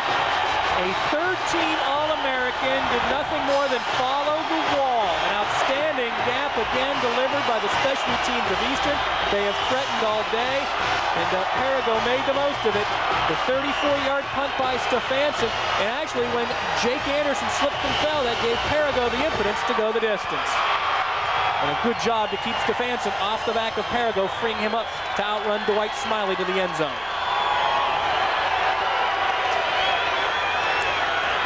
Atwood with another conversion attempt. Also true. We've got ourselves a football game in Spokane, Washington, and lots of time still to go. A hard-earned 17-0 lead by YSU has been trimmed to just 3 points in a little over 2 minutes by Eastern Washington. A quick, long touchdown drive and a 72-yard punt return have put the Eagles back into the contest. And how important is that fumble return by Mike Stanek of Youngstown State when Leones looked as if he was down on the turf and then coughed it up, which resulted in YSU's second touchdown, which opened up the third quarter. Boy, just a minute ago it was 17-0. Youngstown State was in control of this football game, and then a quick drive, a 3 and out, and a punt return, and hang on to your hats. 2 minutes and 4 seconds have expired since YSU took that 17-0 lead. Second longest punt return in school history. Only Rob Freese against Northern Iowa in 1985 when 84 yards is longer than that one. Perigo's previous long this season had been 43. Mike Kramer has his game face back on, that's for sure. A guy who was rumored for the Boise State and Utah State jobs will stay put, however, in Cheney, Washington with the Eastern Washington Eagles. Cheney is actually where the campus is located, and they do have a stadium there, but playing here in Spokane. Short kickoff, squib. This one will be covered by Willis Marshall at the 26. Not taking any chances after what happened in the opening kickoff when it bounced away. They'll just fall on it and take it right there. Well, good blocking by Eastern Washington. Number one, they knocked out number 94, Luke Shoemaker, and Perigo then got by. Stefanson was double teamed, and he takes it the distance, and that's a quick way to get back into the game. It is time now for Youngstown State's offense to reassert its dominance of the line of scrimmage after going 3 and out last time. Time of possession suddenly does not look like a very big factor unless they can add to it here.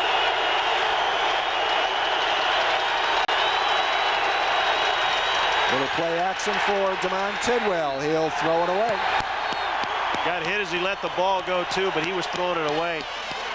Again, that's why he hasn't thrown an interception in what 67 years or something back there? Well, that puts him over 100, yeah. I think, now, because he's only thrown 8 times today.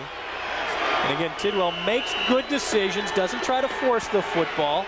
Boy, Avant Grant is really coming on. He's been in on every defensive play here in this last 2 series. Well, and Big Sky fans say, what's the big deal about not throwing 1 in 100 interceptions? He doesn't throw that many times a game, unlike this league. 2nd and 10.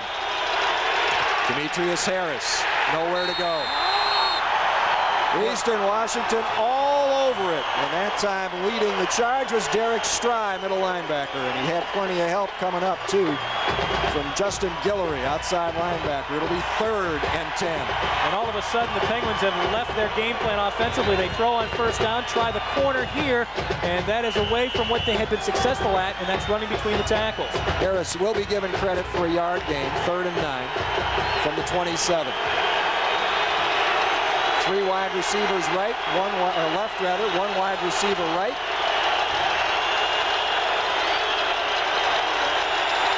Shotgun type formation, high snap.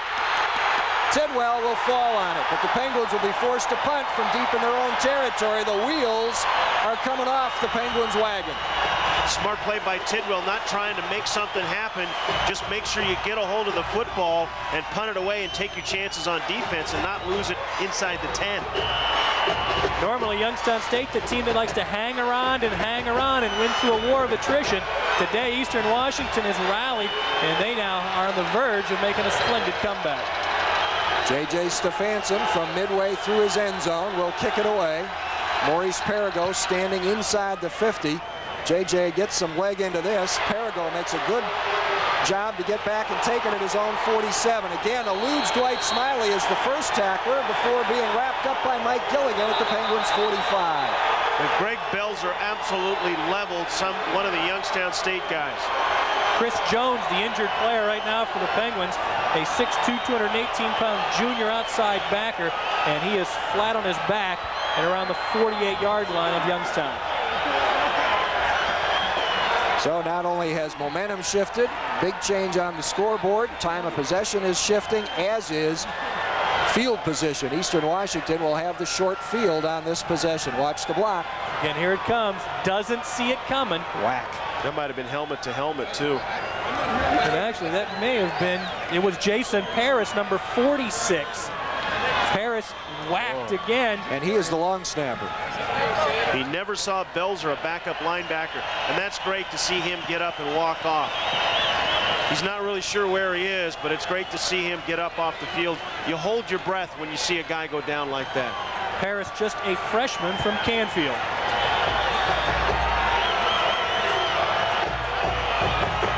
But now Eastern will start in Youngstown State territory. And in the first half, when the Eagles had the ball on their opposition side, they were unable to capitalize. They twice had the football, once at Youngstown's 46, another time at YSU's 37, each time having to turn the ball away. They come out with a slot right formation. Receiver to the left, Penguins blitz in the middle. Prescott cuts around it and is tackled at the 40 after a 5-yard gain. Everything clogged up to the left of Prescott. He just slipped to the right and gained 5. Good tackle by Dwight Smiley to make the stop on the very quick Rex Prescott. But Smiley, a very sure-handed type of tackler. Again, one of the leading tacklers on this football team. 2nd and 5 for the Penguins' 40. When the ball is snapped on the second down play, Eastern Washington will be going the other direction. Looks like we've got a great finish ahead for you. Stay tuned. The Penguins leading Eastern Washington 17-14 as we head to the 4th quarter. Jim Campbell, Rob Schmidt, and Dennis Patchen to bring you the 4th quarter, what we think will be a fabulous finish to this Division I AA semifinal playoff game. Leon's quick throw to Ogden on the slant for a first down inside the YSU 30. And all of a sudden, a passing game, which wasn't clicking in the first 2 quarters for Eastern Washington, has been virtually unstoppable in the second half. Does it seem like everything they did in the first half didn't work, and now everything they've done in the second half has worked? Now confidence will do that. Yeah, it's amazing. And again, Leones has looked much better. And this is a guy who had an injured knee a year ago and was even questionable going into the season. And he's got a heavily braced on that right knee as well. On first down from the 29, Prescott looking for running room. Peter Davila wraps him up after a short gain. Good play to run that from down from behind and not allow Prescott to scoot back on the cutback. There's the numbers through 3 quarters, and as you can see, Eastern Washington has not just narrowed the gap, but they have taken the lead in total yardage. Big advantage in time of possession remains for Youngstown State, but a quick long touchdown drive and an 80-yard plus punt return. The difference in this game at the moment. Total yards not really a problem for YSU. They had been outgained in their first 2 playoff games this season. McKenzie on the draw. Davila again on the tackle with good penetration. And now it's YSU's defense, which is starting to answer the call after having been pushed around a little bit here in the second half. And again, interesting, Eastern Washington having a lot of success throwing. They get down here and going back to the run. I think both defenses have played well in this game for the most part. You know, both teams have scored touchdowns, one on a fumble recovery, one on a punt return, so each defense has only allowed 1 touchdown today. 3rd and 9 now for Eastern Washington from the Penguins' 29. Slot right, Penguins nosing up for a blitz. Leon, little nervous feet, he's going down. Ball is loose. Eastern Washington has it, but Chris Glent, now it's loose again. Eastern Washington falls on it again, back at the 35. Now first it was number 58, John Kane, who picked up the fumble, and the left guard not accustomed to running with the sphere. Coughed it up, but Eastern will get it back, and again YSU with good pressure on Leon's. Not the svelte, streamlined running back that you're normally used to. Big John wasn't sure what to do with the pumpkin when he got it. And again, YSU with good pressure up the middle, and they brought some backers to try and flush him out, and it worked accordingly. 5-yard loss back to the YSU 34, so the Penguins perhaps dodge a bullet here.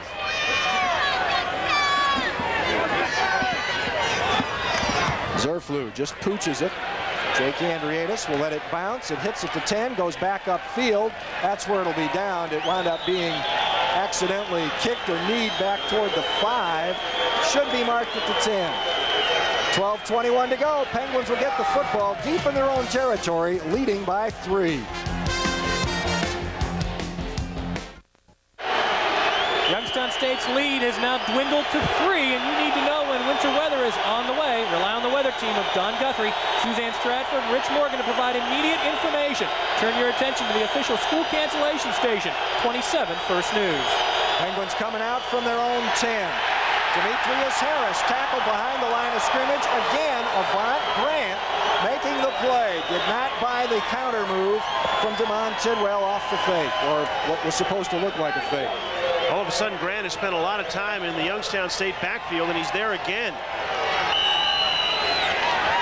Boy, and the Penguins right now need some type of a confidence builder offensively. Eastern's defense has come to play after the break. Grant started the day with a dozen tackles for loss. Well, you can see the turnaround here in the 2 offenses. Tidwell, quick throw. Ronald Ray gets it for the first time, breaks a couple of tackles, but will come up well short of the first down. And nearly a forgotten guy, Ronald Ray again continues his streak. He has now caught at least 1 pass in every game this season, and in his career with the Penguins has been only shut out once, and that against Northern Iowa a year ago. Just the 4th completion of the game for the Penguins. You would think with Ray's size that would be a real mismatch on those corners, but it hasn't been something the Penguins have concerned themselves with today. They are in a 3rd and 3 from the 17. Ray is split right. Mark Cox slotted left. Willis Marshall outside him, well off the bottom of your screen. Adrian Brown, the lone running back. Quick throw, batted down at the line of scrimmage, incomplete. Steve Mattson made the deflection. He took a shot after the pass had been deflected. Matt Hogg, number 66 on the offensive line for YSU, couldn't keep him down, and Mattson timed it perfectly. Hogg gets a little retribution, but the play had already been made. And a dangerous moment now for Youngstown State.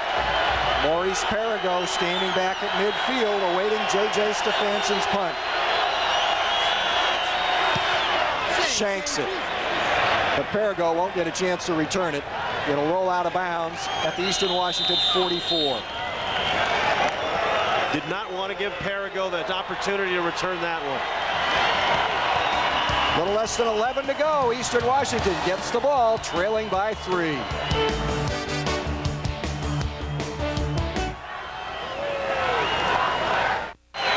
Youngstown State trying to add another national championship banner to Northeastern Ohio football annals. There's already been one added this afternoon. Mount Union knocks off Lycoming 61-12 as the Purple Raiders repeat as Division III national champions in college football. Our congratulations to them and Coach Karras and his crew. Prescott trying to get outside. He got outside, but he didn't get upfield. Jake Anderson came up to knock him out of bounds after the defense had strung the play out. Very little gain, couple of yards. Good job by the Penguin defense to just string that play out and not allow Prescott to use his speed to cut back. And the safeties have been huge today for the Penguins' defensive efforts. Jake Anderson at strong safety, free safety Dwight Smiley doing a good job of run support. Gain was 2, 2nd and 8 for Eastern Washington from its own 46. Leons will flip it out to Prescott in the flat. Look out. Anthony Panunzio had it smelled out. They're going to call it incomplete. The ball came free. Penguins wanted the fumble. Officials immediately signaling incomplete pass. Boy, you saw that one coming. Leons just looked to his right, and really you could read his eyes on this one. His primary target really wasn't open and went quickly to the outlet back, Prescott, and then it was just easy pickings for Panunzio and nearly a fumble, and I would have to say that's a fumble. Yeah, they may be even now. I've seen Prescott had 1 foot down and looked like he might have had the 2nd foot down as he started to run with it. That may be another one that we say, yeah, exactly. And I've seen guys catch a ball and not hang on to it half as long. That's a fumble. That's a fumble. Yep. He turned and looked downfield after the reception, and Panunzio laid the lick. Again, he's got the ball, but juggling a little bit. It's in his chest, and he takes a step and a half, and then the ball comes free clearly on that replay. So again, now everything is even. And Panunzio got the worst of the collision. He stayed down longer than Prescott and has left the field under his own power, however. And we probably, let's see, we do see number 23, Carlos Pearson, a freshman from Baltimore, checking in to replace Panunzio on 3rd and 8. See if they go to work on him right away, just in the game. He's matched up with Mitchell, who caught the touchdown pass. Leons looking the other way, got the tight end, first down, out of bounds, inside the YSU 35. Knavel's with his 2nd big catch of the day. Well-designed play by Coach Kramer and his staff. They overloaded the right with the trips to the near sideline, went back to the tight end, and he looked off the primary receiver, Harry Leons, then went back to his left and found Knavel's. But had he opted to go towards Mitchell, he had gotten away from his defender, Carlos Pearson, and was open near sideline. Half of that was set up by Harry just looking off the safety and not allowing him to run to the open man and enabling to find Tyson for the first down. There you see Leon's numbers. 2nd week in a row that the Penguins have given up a big chunk of passing yardage. McKenzie will go nowhere thanks to Tom Palucci's penetration. Hit him first and kept driving him sideways. Finally bounced out of bounds. Boy, Palucci's a great story from Warren. Played his high school football at John F. Kennedy in Ohio. And he was a first-team Gateway performer this year, and at 5'10", has great speed to cover from sideline to sideline. But this is a kid who played tailback in high school and a defensive back. This field must be slicking it up because none of the running backs, when they go outside, are planning and cutting back. They're trying to string it out, and the footing must not be very good now here in the 4th quarter. We've seen quite a bit of slipping and sliding going on all afternoon. 2nd and 10. Make that 2nd and 13. Leons quick over the middle. Knavel's open again. Hit quickly by Anderson with help from Smiley, but Eastern Washington now is less than 15 yards away from its first lead of the afternoon. Boy, the pop pass was executed perfectly. Troy Tuck kind of got lost in the wash, and then Leons with that drop back, somewhat of a play action attempt here, but Tuck then has the ball sail over his head as Knavel's goes running right past him. See, Tuck slip and fall. He didn't see the receiver running past him. The play action might have held the linebackers too for an instant there, and they couldn't drop into the zone.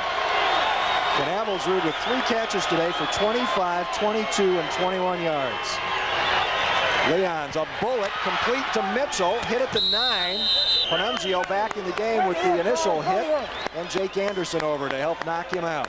Well, we talked about the fumble that Eastern had coughed up at the outset of the 3rd quarter, which led directly to YSU's 2nd touchdown of the day. A fumble which should have been called has now given Eastern an opportunity to maybe take the lead. 2nd and 4 on the 6-yard pickup on the pass to Mitchell, who caught their touchdown pass.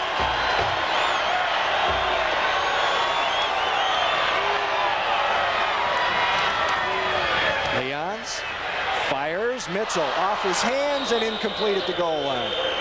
Boy, and Ogden was open in the deep part of the end zone, too. Now the question is, because of Leon's injured knee, he does somewhat of a straddle position. Look at him already taking the first step out of center before the ball's even snapped so he can get into the pocket quicker. That time, however, delivered the ball a little too high to force the incompletion, but he may be actually signaling he's going to throw if he continues with that side saddle approach under center.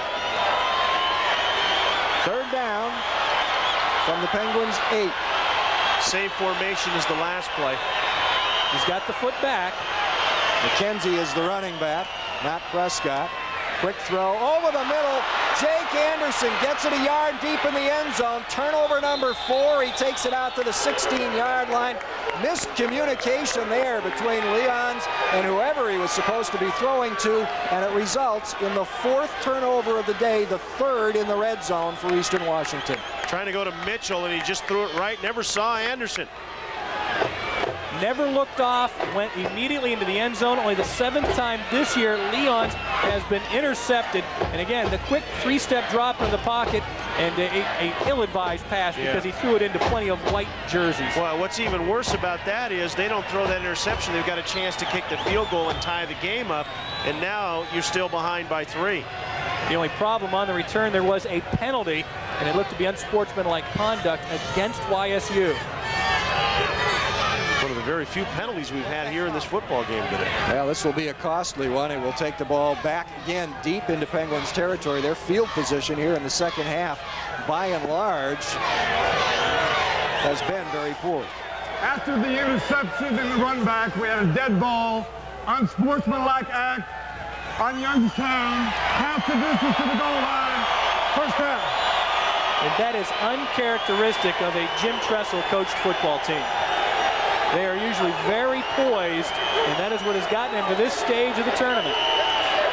I have one question. They had the penalty marker laying at the 24-yard line. It's half the distance to the goal, and they took it to the 8. We've not seen Adrian Brown here in the second half. Jake Andriadis is the tailback right now. Penguins backed up. Andriadis gets the football. Good job of finding a very small seam and stutter stepping his way across the 10, out perhaps to the 12 or so. Coach Mike Kramer said a couple of times this week, and again when I talked to him yesterday, he thought this would be a very close game and that there would be a big play. Here comes Adrian Brown into the ball game, by the way. That there would be a big play some point after the 10-minute mark of the 4th quarter. We are at the 7:50 mark right now. Brown, 9 carries, 102 yards in the first half, 2 carries, 7 yards here in the second half. 2nd and 6. Tim Terrell switching sides at tight end. There's Brown with a football. He's got it well covered, keeps churning. He's going to be short of the first down by a couple. Last time, Penguins ran out of an offset eye to the left as Matt Richardson was a lead blocker for Andriadis. This time out of the true eye, 2 big backs, Richardson leading the way for Adrian Brown. And both times, first and second down, a good surge by the guys up front for the Penguins to get 2 or 3 yards before the contact even comes from the Eagle defense. They're over in a yard, a long yard. Penguins send 2 wideouts to the left, everybody else in tight.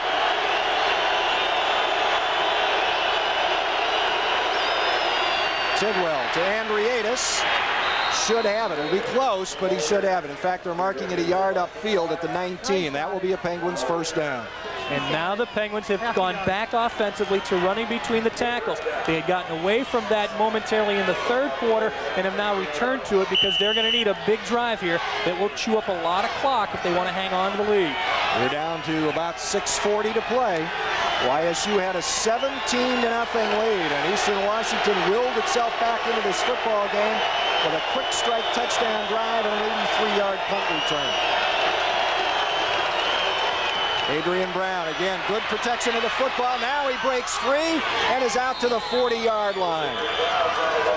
For Eastern Washington, they expected something to come to their left. YSU's right. They had broken off one of the linebackers and moved him out to the left. The 2 middle backers stayed there. Again, a good job by Frank Page, number 70, to pull. But they got inside and they forced Justin Guillory to overrun run the play. And Adrian Brown able to go past him for the big He gain. runs 15 yards before he's even touched by any of the Eagles. That's a sensational job by the guys up front for Youngstown State. 1st and 10, YSU from the 40.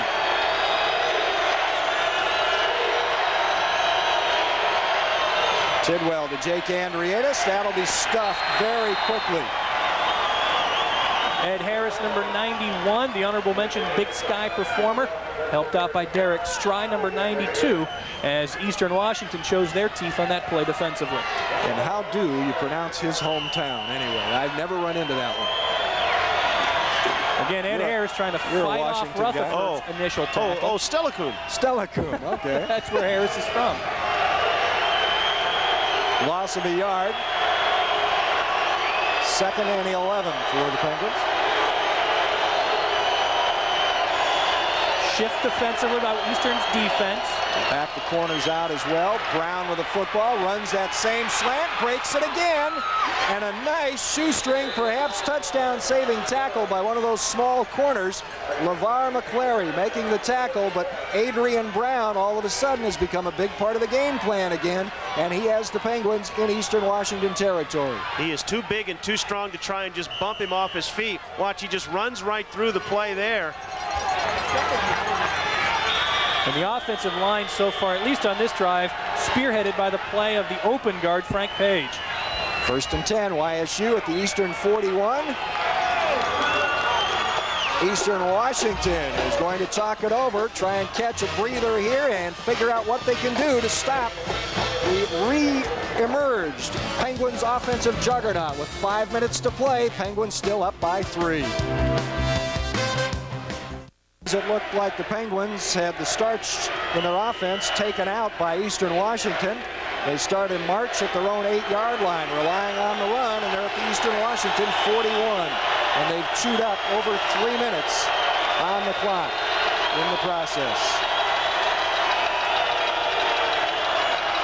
Jake Andrietis, there's that seam again over the right tackle, just outside the right tackle, and again it goes for good yardage. They are running behind Page and Kolar. Hogg and Rutherford have done their fair share of the work today as well along that offensive front for YSU, and we felt the play in the trenches was going to be huge, and so far it has been. And again, Page leading the interference, but Andrietis the quicker of the two between himself and Brown. Andrietis and Brown have combined now for over 200 yards rushing today. 48th carry of the game on the ground for Youngstown State for 237 yards. 2nd and 4 from the Eagles 35. Burn as much clock as they can. Adrian Brown running to that same hole and diving to the marker. Should be a 1st down at the 32. Now it's a situation where Eastern is going to have to show they can stop that play before YSU goes away from it. The drive, which started at the Youngstown State 8-yard line, the Penguins have now run the football 8 consecutive times and are in Eastern territory. Actually, that actually is going to be a little short. I think about a half yard. It is at the 32. They have to get down just short of the 31. So it will be, in fact, 3rd and less than a yard. Not the length of the football. You see it right here. Penguins today have converted 7 of 16 on 3rd down opportunities. For the year, they're averaging about 45% when looking to keep the football on a possession down. Look at those numbers for Brown. Over 10 yards a carry. When he came in averaging just under 4. This has to be his best game by far. He had one 100-yard plus day earlier in the season, but he has come up with a couple of big carries at key times today, obviously, as well. Crowd trying to urge on the Eagles defense. Clock is rolling toward the 4-minute mark. The winner of this game meets McNeese State for the national championship in Chattanooga 1 week from today. Keeper work last time for the Penguins.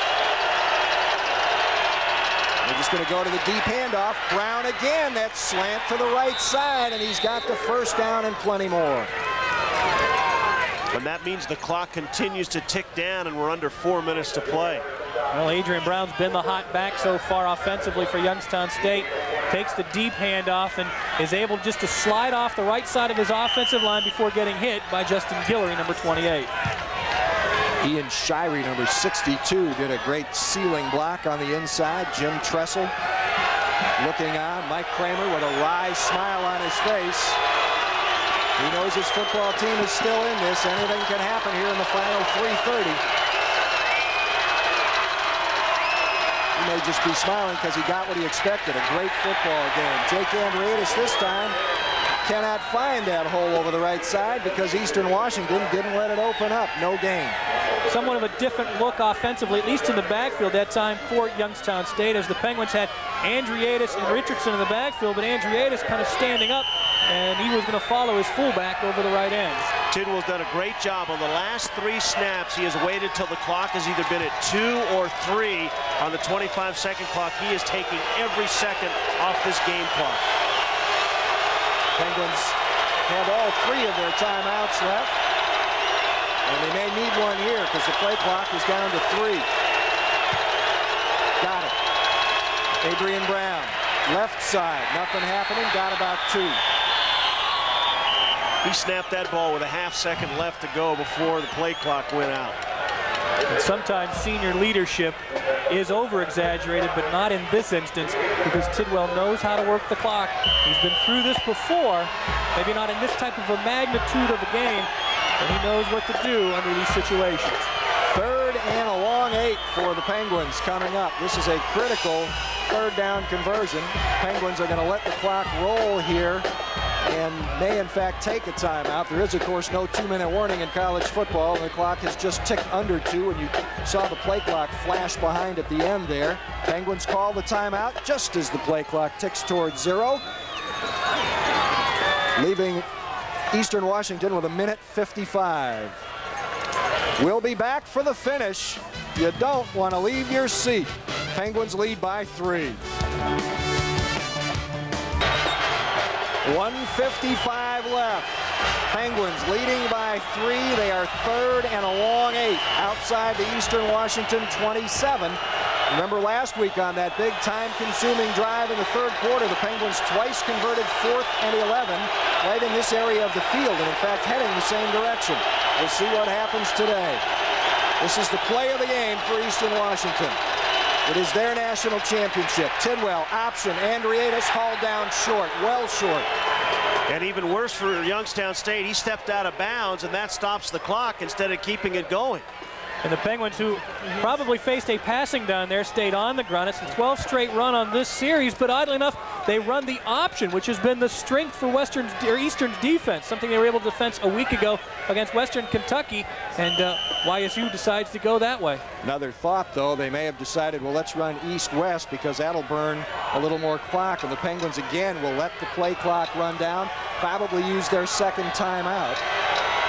Well, they can't do that because the clock is stopped. It would make no sense. 4th down, they will go for it. It would be a 42-yard field goal if they opted to go with Griffin. 4th and 6, and now Jake Andreadis called the timeout just before the snap, which would have come, I think, after the play clock expired. So they avoid a penalty. There's a heads-up play right there when your running back sees the clock running down and calls a timeout. And he's not a senior. Jake, the junior from Cincinnati. It'll be 4th and 6. Penguins will be down to 1 timeout. That may not be significant, especially if they can convert here. They got this football with 8:19 to play. So they have had it now for almost 6.5 minutes. In fact, exactly 6.5 minutes. And you can catch the highlights of today's game on Penguin Profile. Join Coach Tressel and 27 First News sports anchor Jim Evans. They'll recap today's big plays Sunday night at 6:30 following 27 First News. By the way, if you have some thoughts about greeting the Penguins upon their return to Youngstown, whether they win or lose, we are told now that conditions are satisfactory for air traffic at the Spokane airport, which has been shut down much of the last 2 days.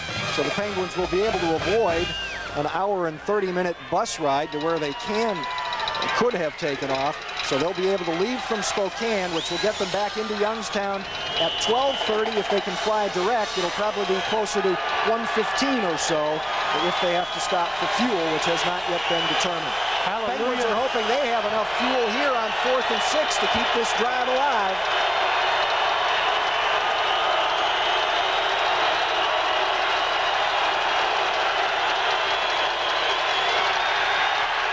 the throwback. End zone, Terrell overthrown anyway. It was tipped away, but it was too tall, I think, to catch at the end line. YSU will turn it over on downs with 1:43 to play. And again, out of the sprint option, they run that little drop back. They move the pocket with Tidwell. It worked a week ago at Villanova. But again, Tidwell from the speed option is going to drift back. A week ago, he was able to connect with Willis Marshall on this very same type of play. However, today he throws into double coverage, and Tyrrell can't make the reception. He was sandwiched. He was not open on that play. I think he was looking to the official. I think he thought he got jostled from behind by Jimmy Lake, but it was just good double coverage, and the pass was a little high. So, from its own 25-yard line with 1:43 to go, Eastern Washington on the delay to McKenzie. Nothing happening, no gain. They may be forced to use one of their precious remaining timeouts. They've run that play about half a dozen times out of that formation. They sent three receivers out. I'll get it out and hand the ball on the draw play. That time Youngstown knew it was coming. 2nd and 10. Leon's pressure from the outside, covered, throw up the middle. Ogden wide open. Ball led him a little too much. That might have been 6. He had gotten away from Davila. The Sam Backer and YSU's defensive scheme was giving chase. And now it's up to the defensive front for YSU to start putting more pressure on Harry Leons and not allow him that look downfield like he just had. He tried to gun that ball in. If he floats that in and let Ogden run underneath it, that's a big play. He tried to zip it in there, and Ogden wasn't open enough to throw that pattern. Eastern Washington may have just 2 downs left in its bid for a national championship. 3rd and 10 from the 25.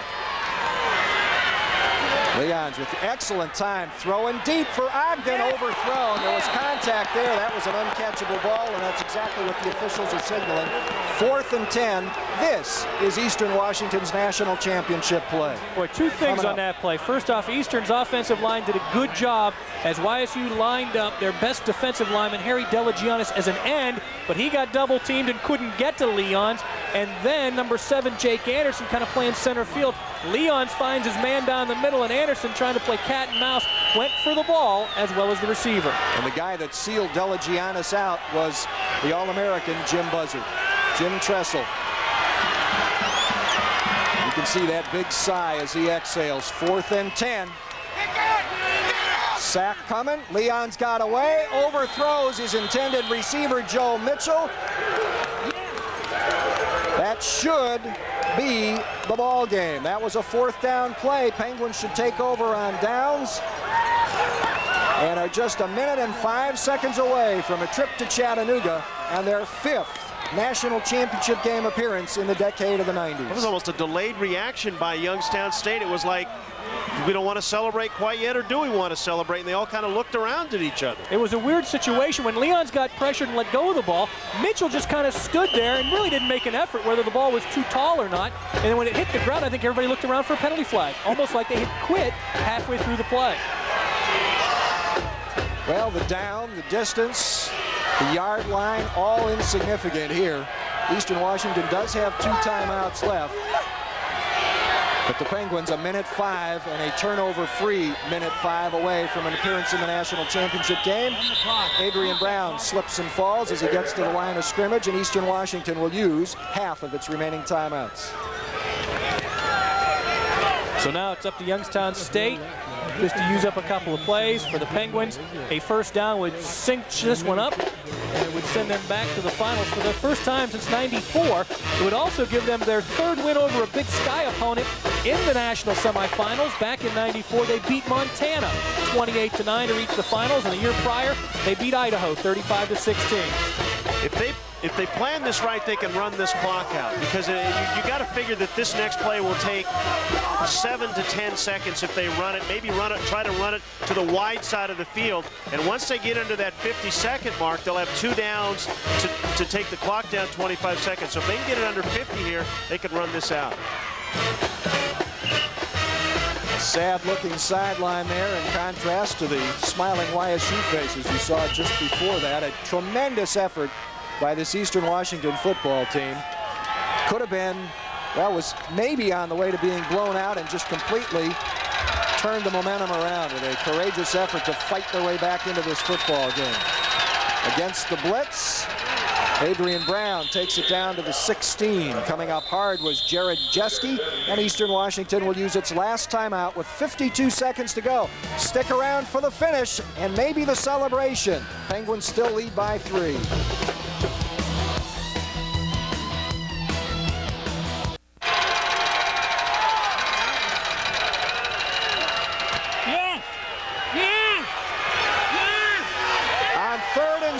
As we come back, Adrian Brown bounces off the tacklers in the middle of the line and scores a clincher. And the Penguins, who have been led all afternoon by Adrian Brown, are headed to Chattanooga on the back of number 12. 20 carries, 187 yards, and 2 touchdowns unofficially. He has to be the player of the game. And for YSU, they will hand Eastern Washington its first home loss of the season, and they will extend their playoff streak to 11 wins in a row. And they'll go 5-0 against the Big Sky, as you pointed out, and they will go 5-0 in all-time semifinal appearances. There's the run again. What a great move by Brown to bounce off the pile and look back and find the gap and then virtually break loose. And again, his strength helped, but a good presence, as a great runner will be. He found the opening. And the guy he bounced off of was his big offensive guard, Frank Page. Page sealed the hole, and it was a waltz from there for Adrian Brown. His second rushing touchdown today, and his 19th rushing touchdown of the season, 20th overall. Got to give Jim Tressel and his staff a lot of credit. They have the short week last week, have to travel to #1 Villanova. They win the road game there. The even shorter week to prepare for Eastern Washington, and apparently 44 seconds to go. And up by 9, they're going to beat Mike Kramer's Eastern Washington Eagle team. And two road wins to get to the national championship if in fact they do hang on. That says a lot for him and his coaching staff. Well, Penguins here, rather than attempt an extra point that could be blocked and returned for 2, which would seriously change the complexion of the game, will run for 2 themselves. Adrian Brown waltzes into the end zone again. That gives the Penguins an 11-point cushion with 44 seconds to play. And if there's a player of the game, look no further than right there. Number 12, Adrian Brown, has had a splendid afternoon. The sophomore from Canton, Ohio, again 4th in YSU history with the most touchdowns in a single season. He capped off his touchdown run with that 2-point try, just leaping over the middle. And what YSU's been able to do all day led to the securing touchdown and the 2-point try, and that's run over center right at Eastern's defense. I want to remind you that this free telecast has been for the private use of WKBN TV 27s and Fox Sports Northwest viewers. Any reproduction or other broadcast or paid admission for this telecast is forbidden without written permission of Youngstown Television LLC and the NCAA. The exclusive rights for this telecast are the property of WKBN TV as contracted with the NCAA. Got to give Youngstown State a lot of credit too. Forget about the touchdown. They took the ball over inside their own 10 with 8:16 to play and ran almost 8 minutes off the clock to wrap up this football game. That is the hallmark of Youngstown State University football. 56 rushes for 272 yards. And the other big stat, Youngstown's defense held the Eagles of Eastern Washington to only 53 yards rushing today. This was a unit which had entered into the game 10th in the country, averaging 226 on the ground. And only 308 total yards, which would be by far their lowest output of the season. And that's the top-rated offense in the country. Almost 200 over their regular season average, under their regular season average. Split kick scooped up by Mike McKenzie. Little running room out to the 39. So Eastern Washington has 39 seconds, no timeouts, and an 11-point deficit staring it in the face. So for 2 programs, their first meeting ever on the gridiron, coming off of 3 and 8 seasons just 2 seasons ago. To meet here in the Final Four is quite a tribute to the team, the staff, and the coaches, as well as the schools themselves. Eastern Washington coach Mike Kramer called it. He said it would be a close game with a big play in the final 10 minutes, and it was an interception by Jake Anderson at the goal line that kept Eastern Washington from taking the lead and gave YSU a drive start that turned into a clinching touchdown. Completion to Joe Mitchell, wrapped up quickly by Eugene Lewis across midfield. And for the Eagles, no timeouts remaining and down 2 scores. So what YSU will do is they'll keep their safeties deep, both Anderson and Smiley, right now 20 to 25 yards off the line of scrimmage, and the corners are back a good 10 yards as well. Well, even if the unthinkable were to happen and they score here and get the ball back, they need 2 touchdowns.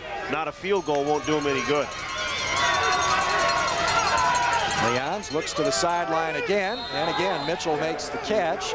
This will mark the 3rd game in a row in the playoffs that the Penguins will have been outgained and come away a winner. Matt Richardson and Jarrett Good starting to do a little celebrating.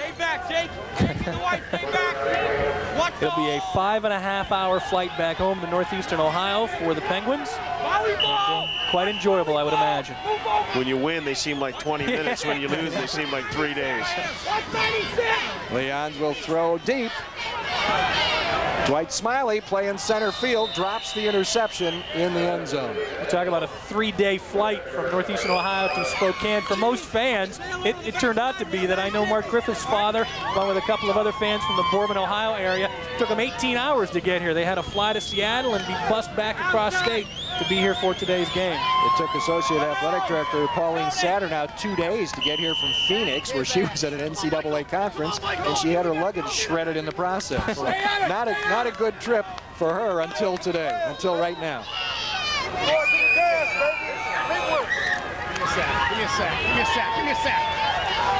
Leons throwing deep again. Again, Smiley playing center field. Again, didn't come up with it, but that's because Joe Mitchell, the intended receiver, turned into DB and gave him a pop. And now it's just 15 ticks remaining. Eastern has 2 plays left in the season. Well, it has been everything we expected. We thought this would be a great football game, and it has been just that. And I'm glad from a personal standpoint that if we're going to play a Big Sky team, that we played a Big Sky team that had the physical characteristics of Eastern Washington and also kind of had the mentality of the Midwestern style schools that Youngstown is used to playing. I just think that's outstanding football. Here's a pick by Dwayne Thompson. He'll slide down at the Penguins 19, and it is now all but official with 7 seconds left on the clock. That another 4 turnover day for YSU. Boy, there's a penalty down. I think the marker has been picked up. And for Dwayne Thompson, just a nice play, heads-up effort. Correa had the ball slip off his hands, and Thompson there on the tip drill, number 19, right there in the middle of your screen, having an opportunity to come up with the INT, and YSU, again, has used the turnovers to their best advantage. Take a knee here, and it's off to Chattanooga, Tennessee for the Penguins. And I don't even guess we'll take the train. We could take that choo-choo, but I think we'll fly on down here. There was a train, you would have taken it here because you probably would have got here faster. You may be right. May be right. It has been an enjoyable stay. Spokane is a lovely city, even though it's been fog-shrouded during our time here. Eastern Washington has proved to be a very congenial host indeed.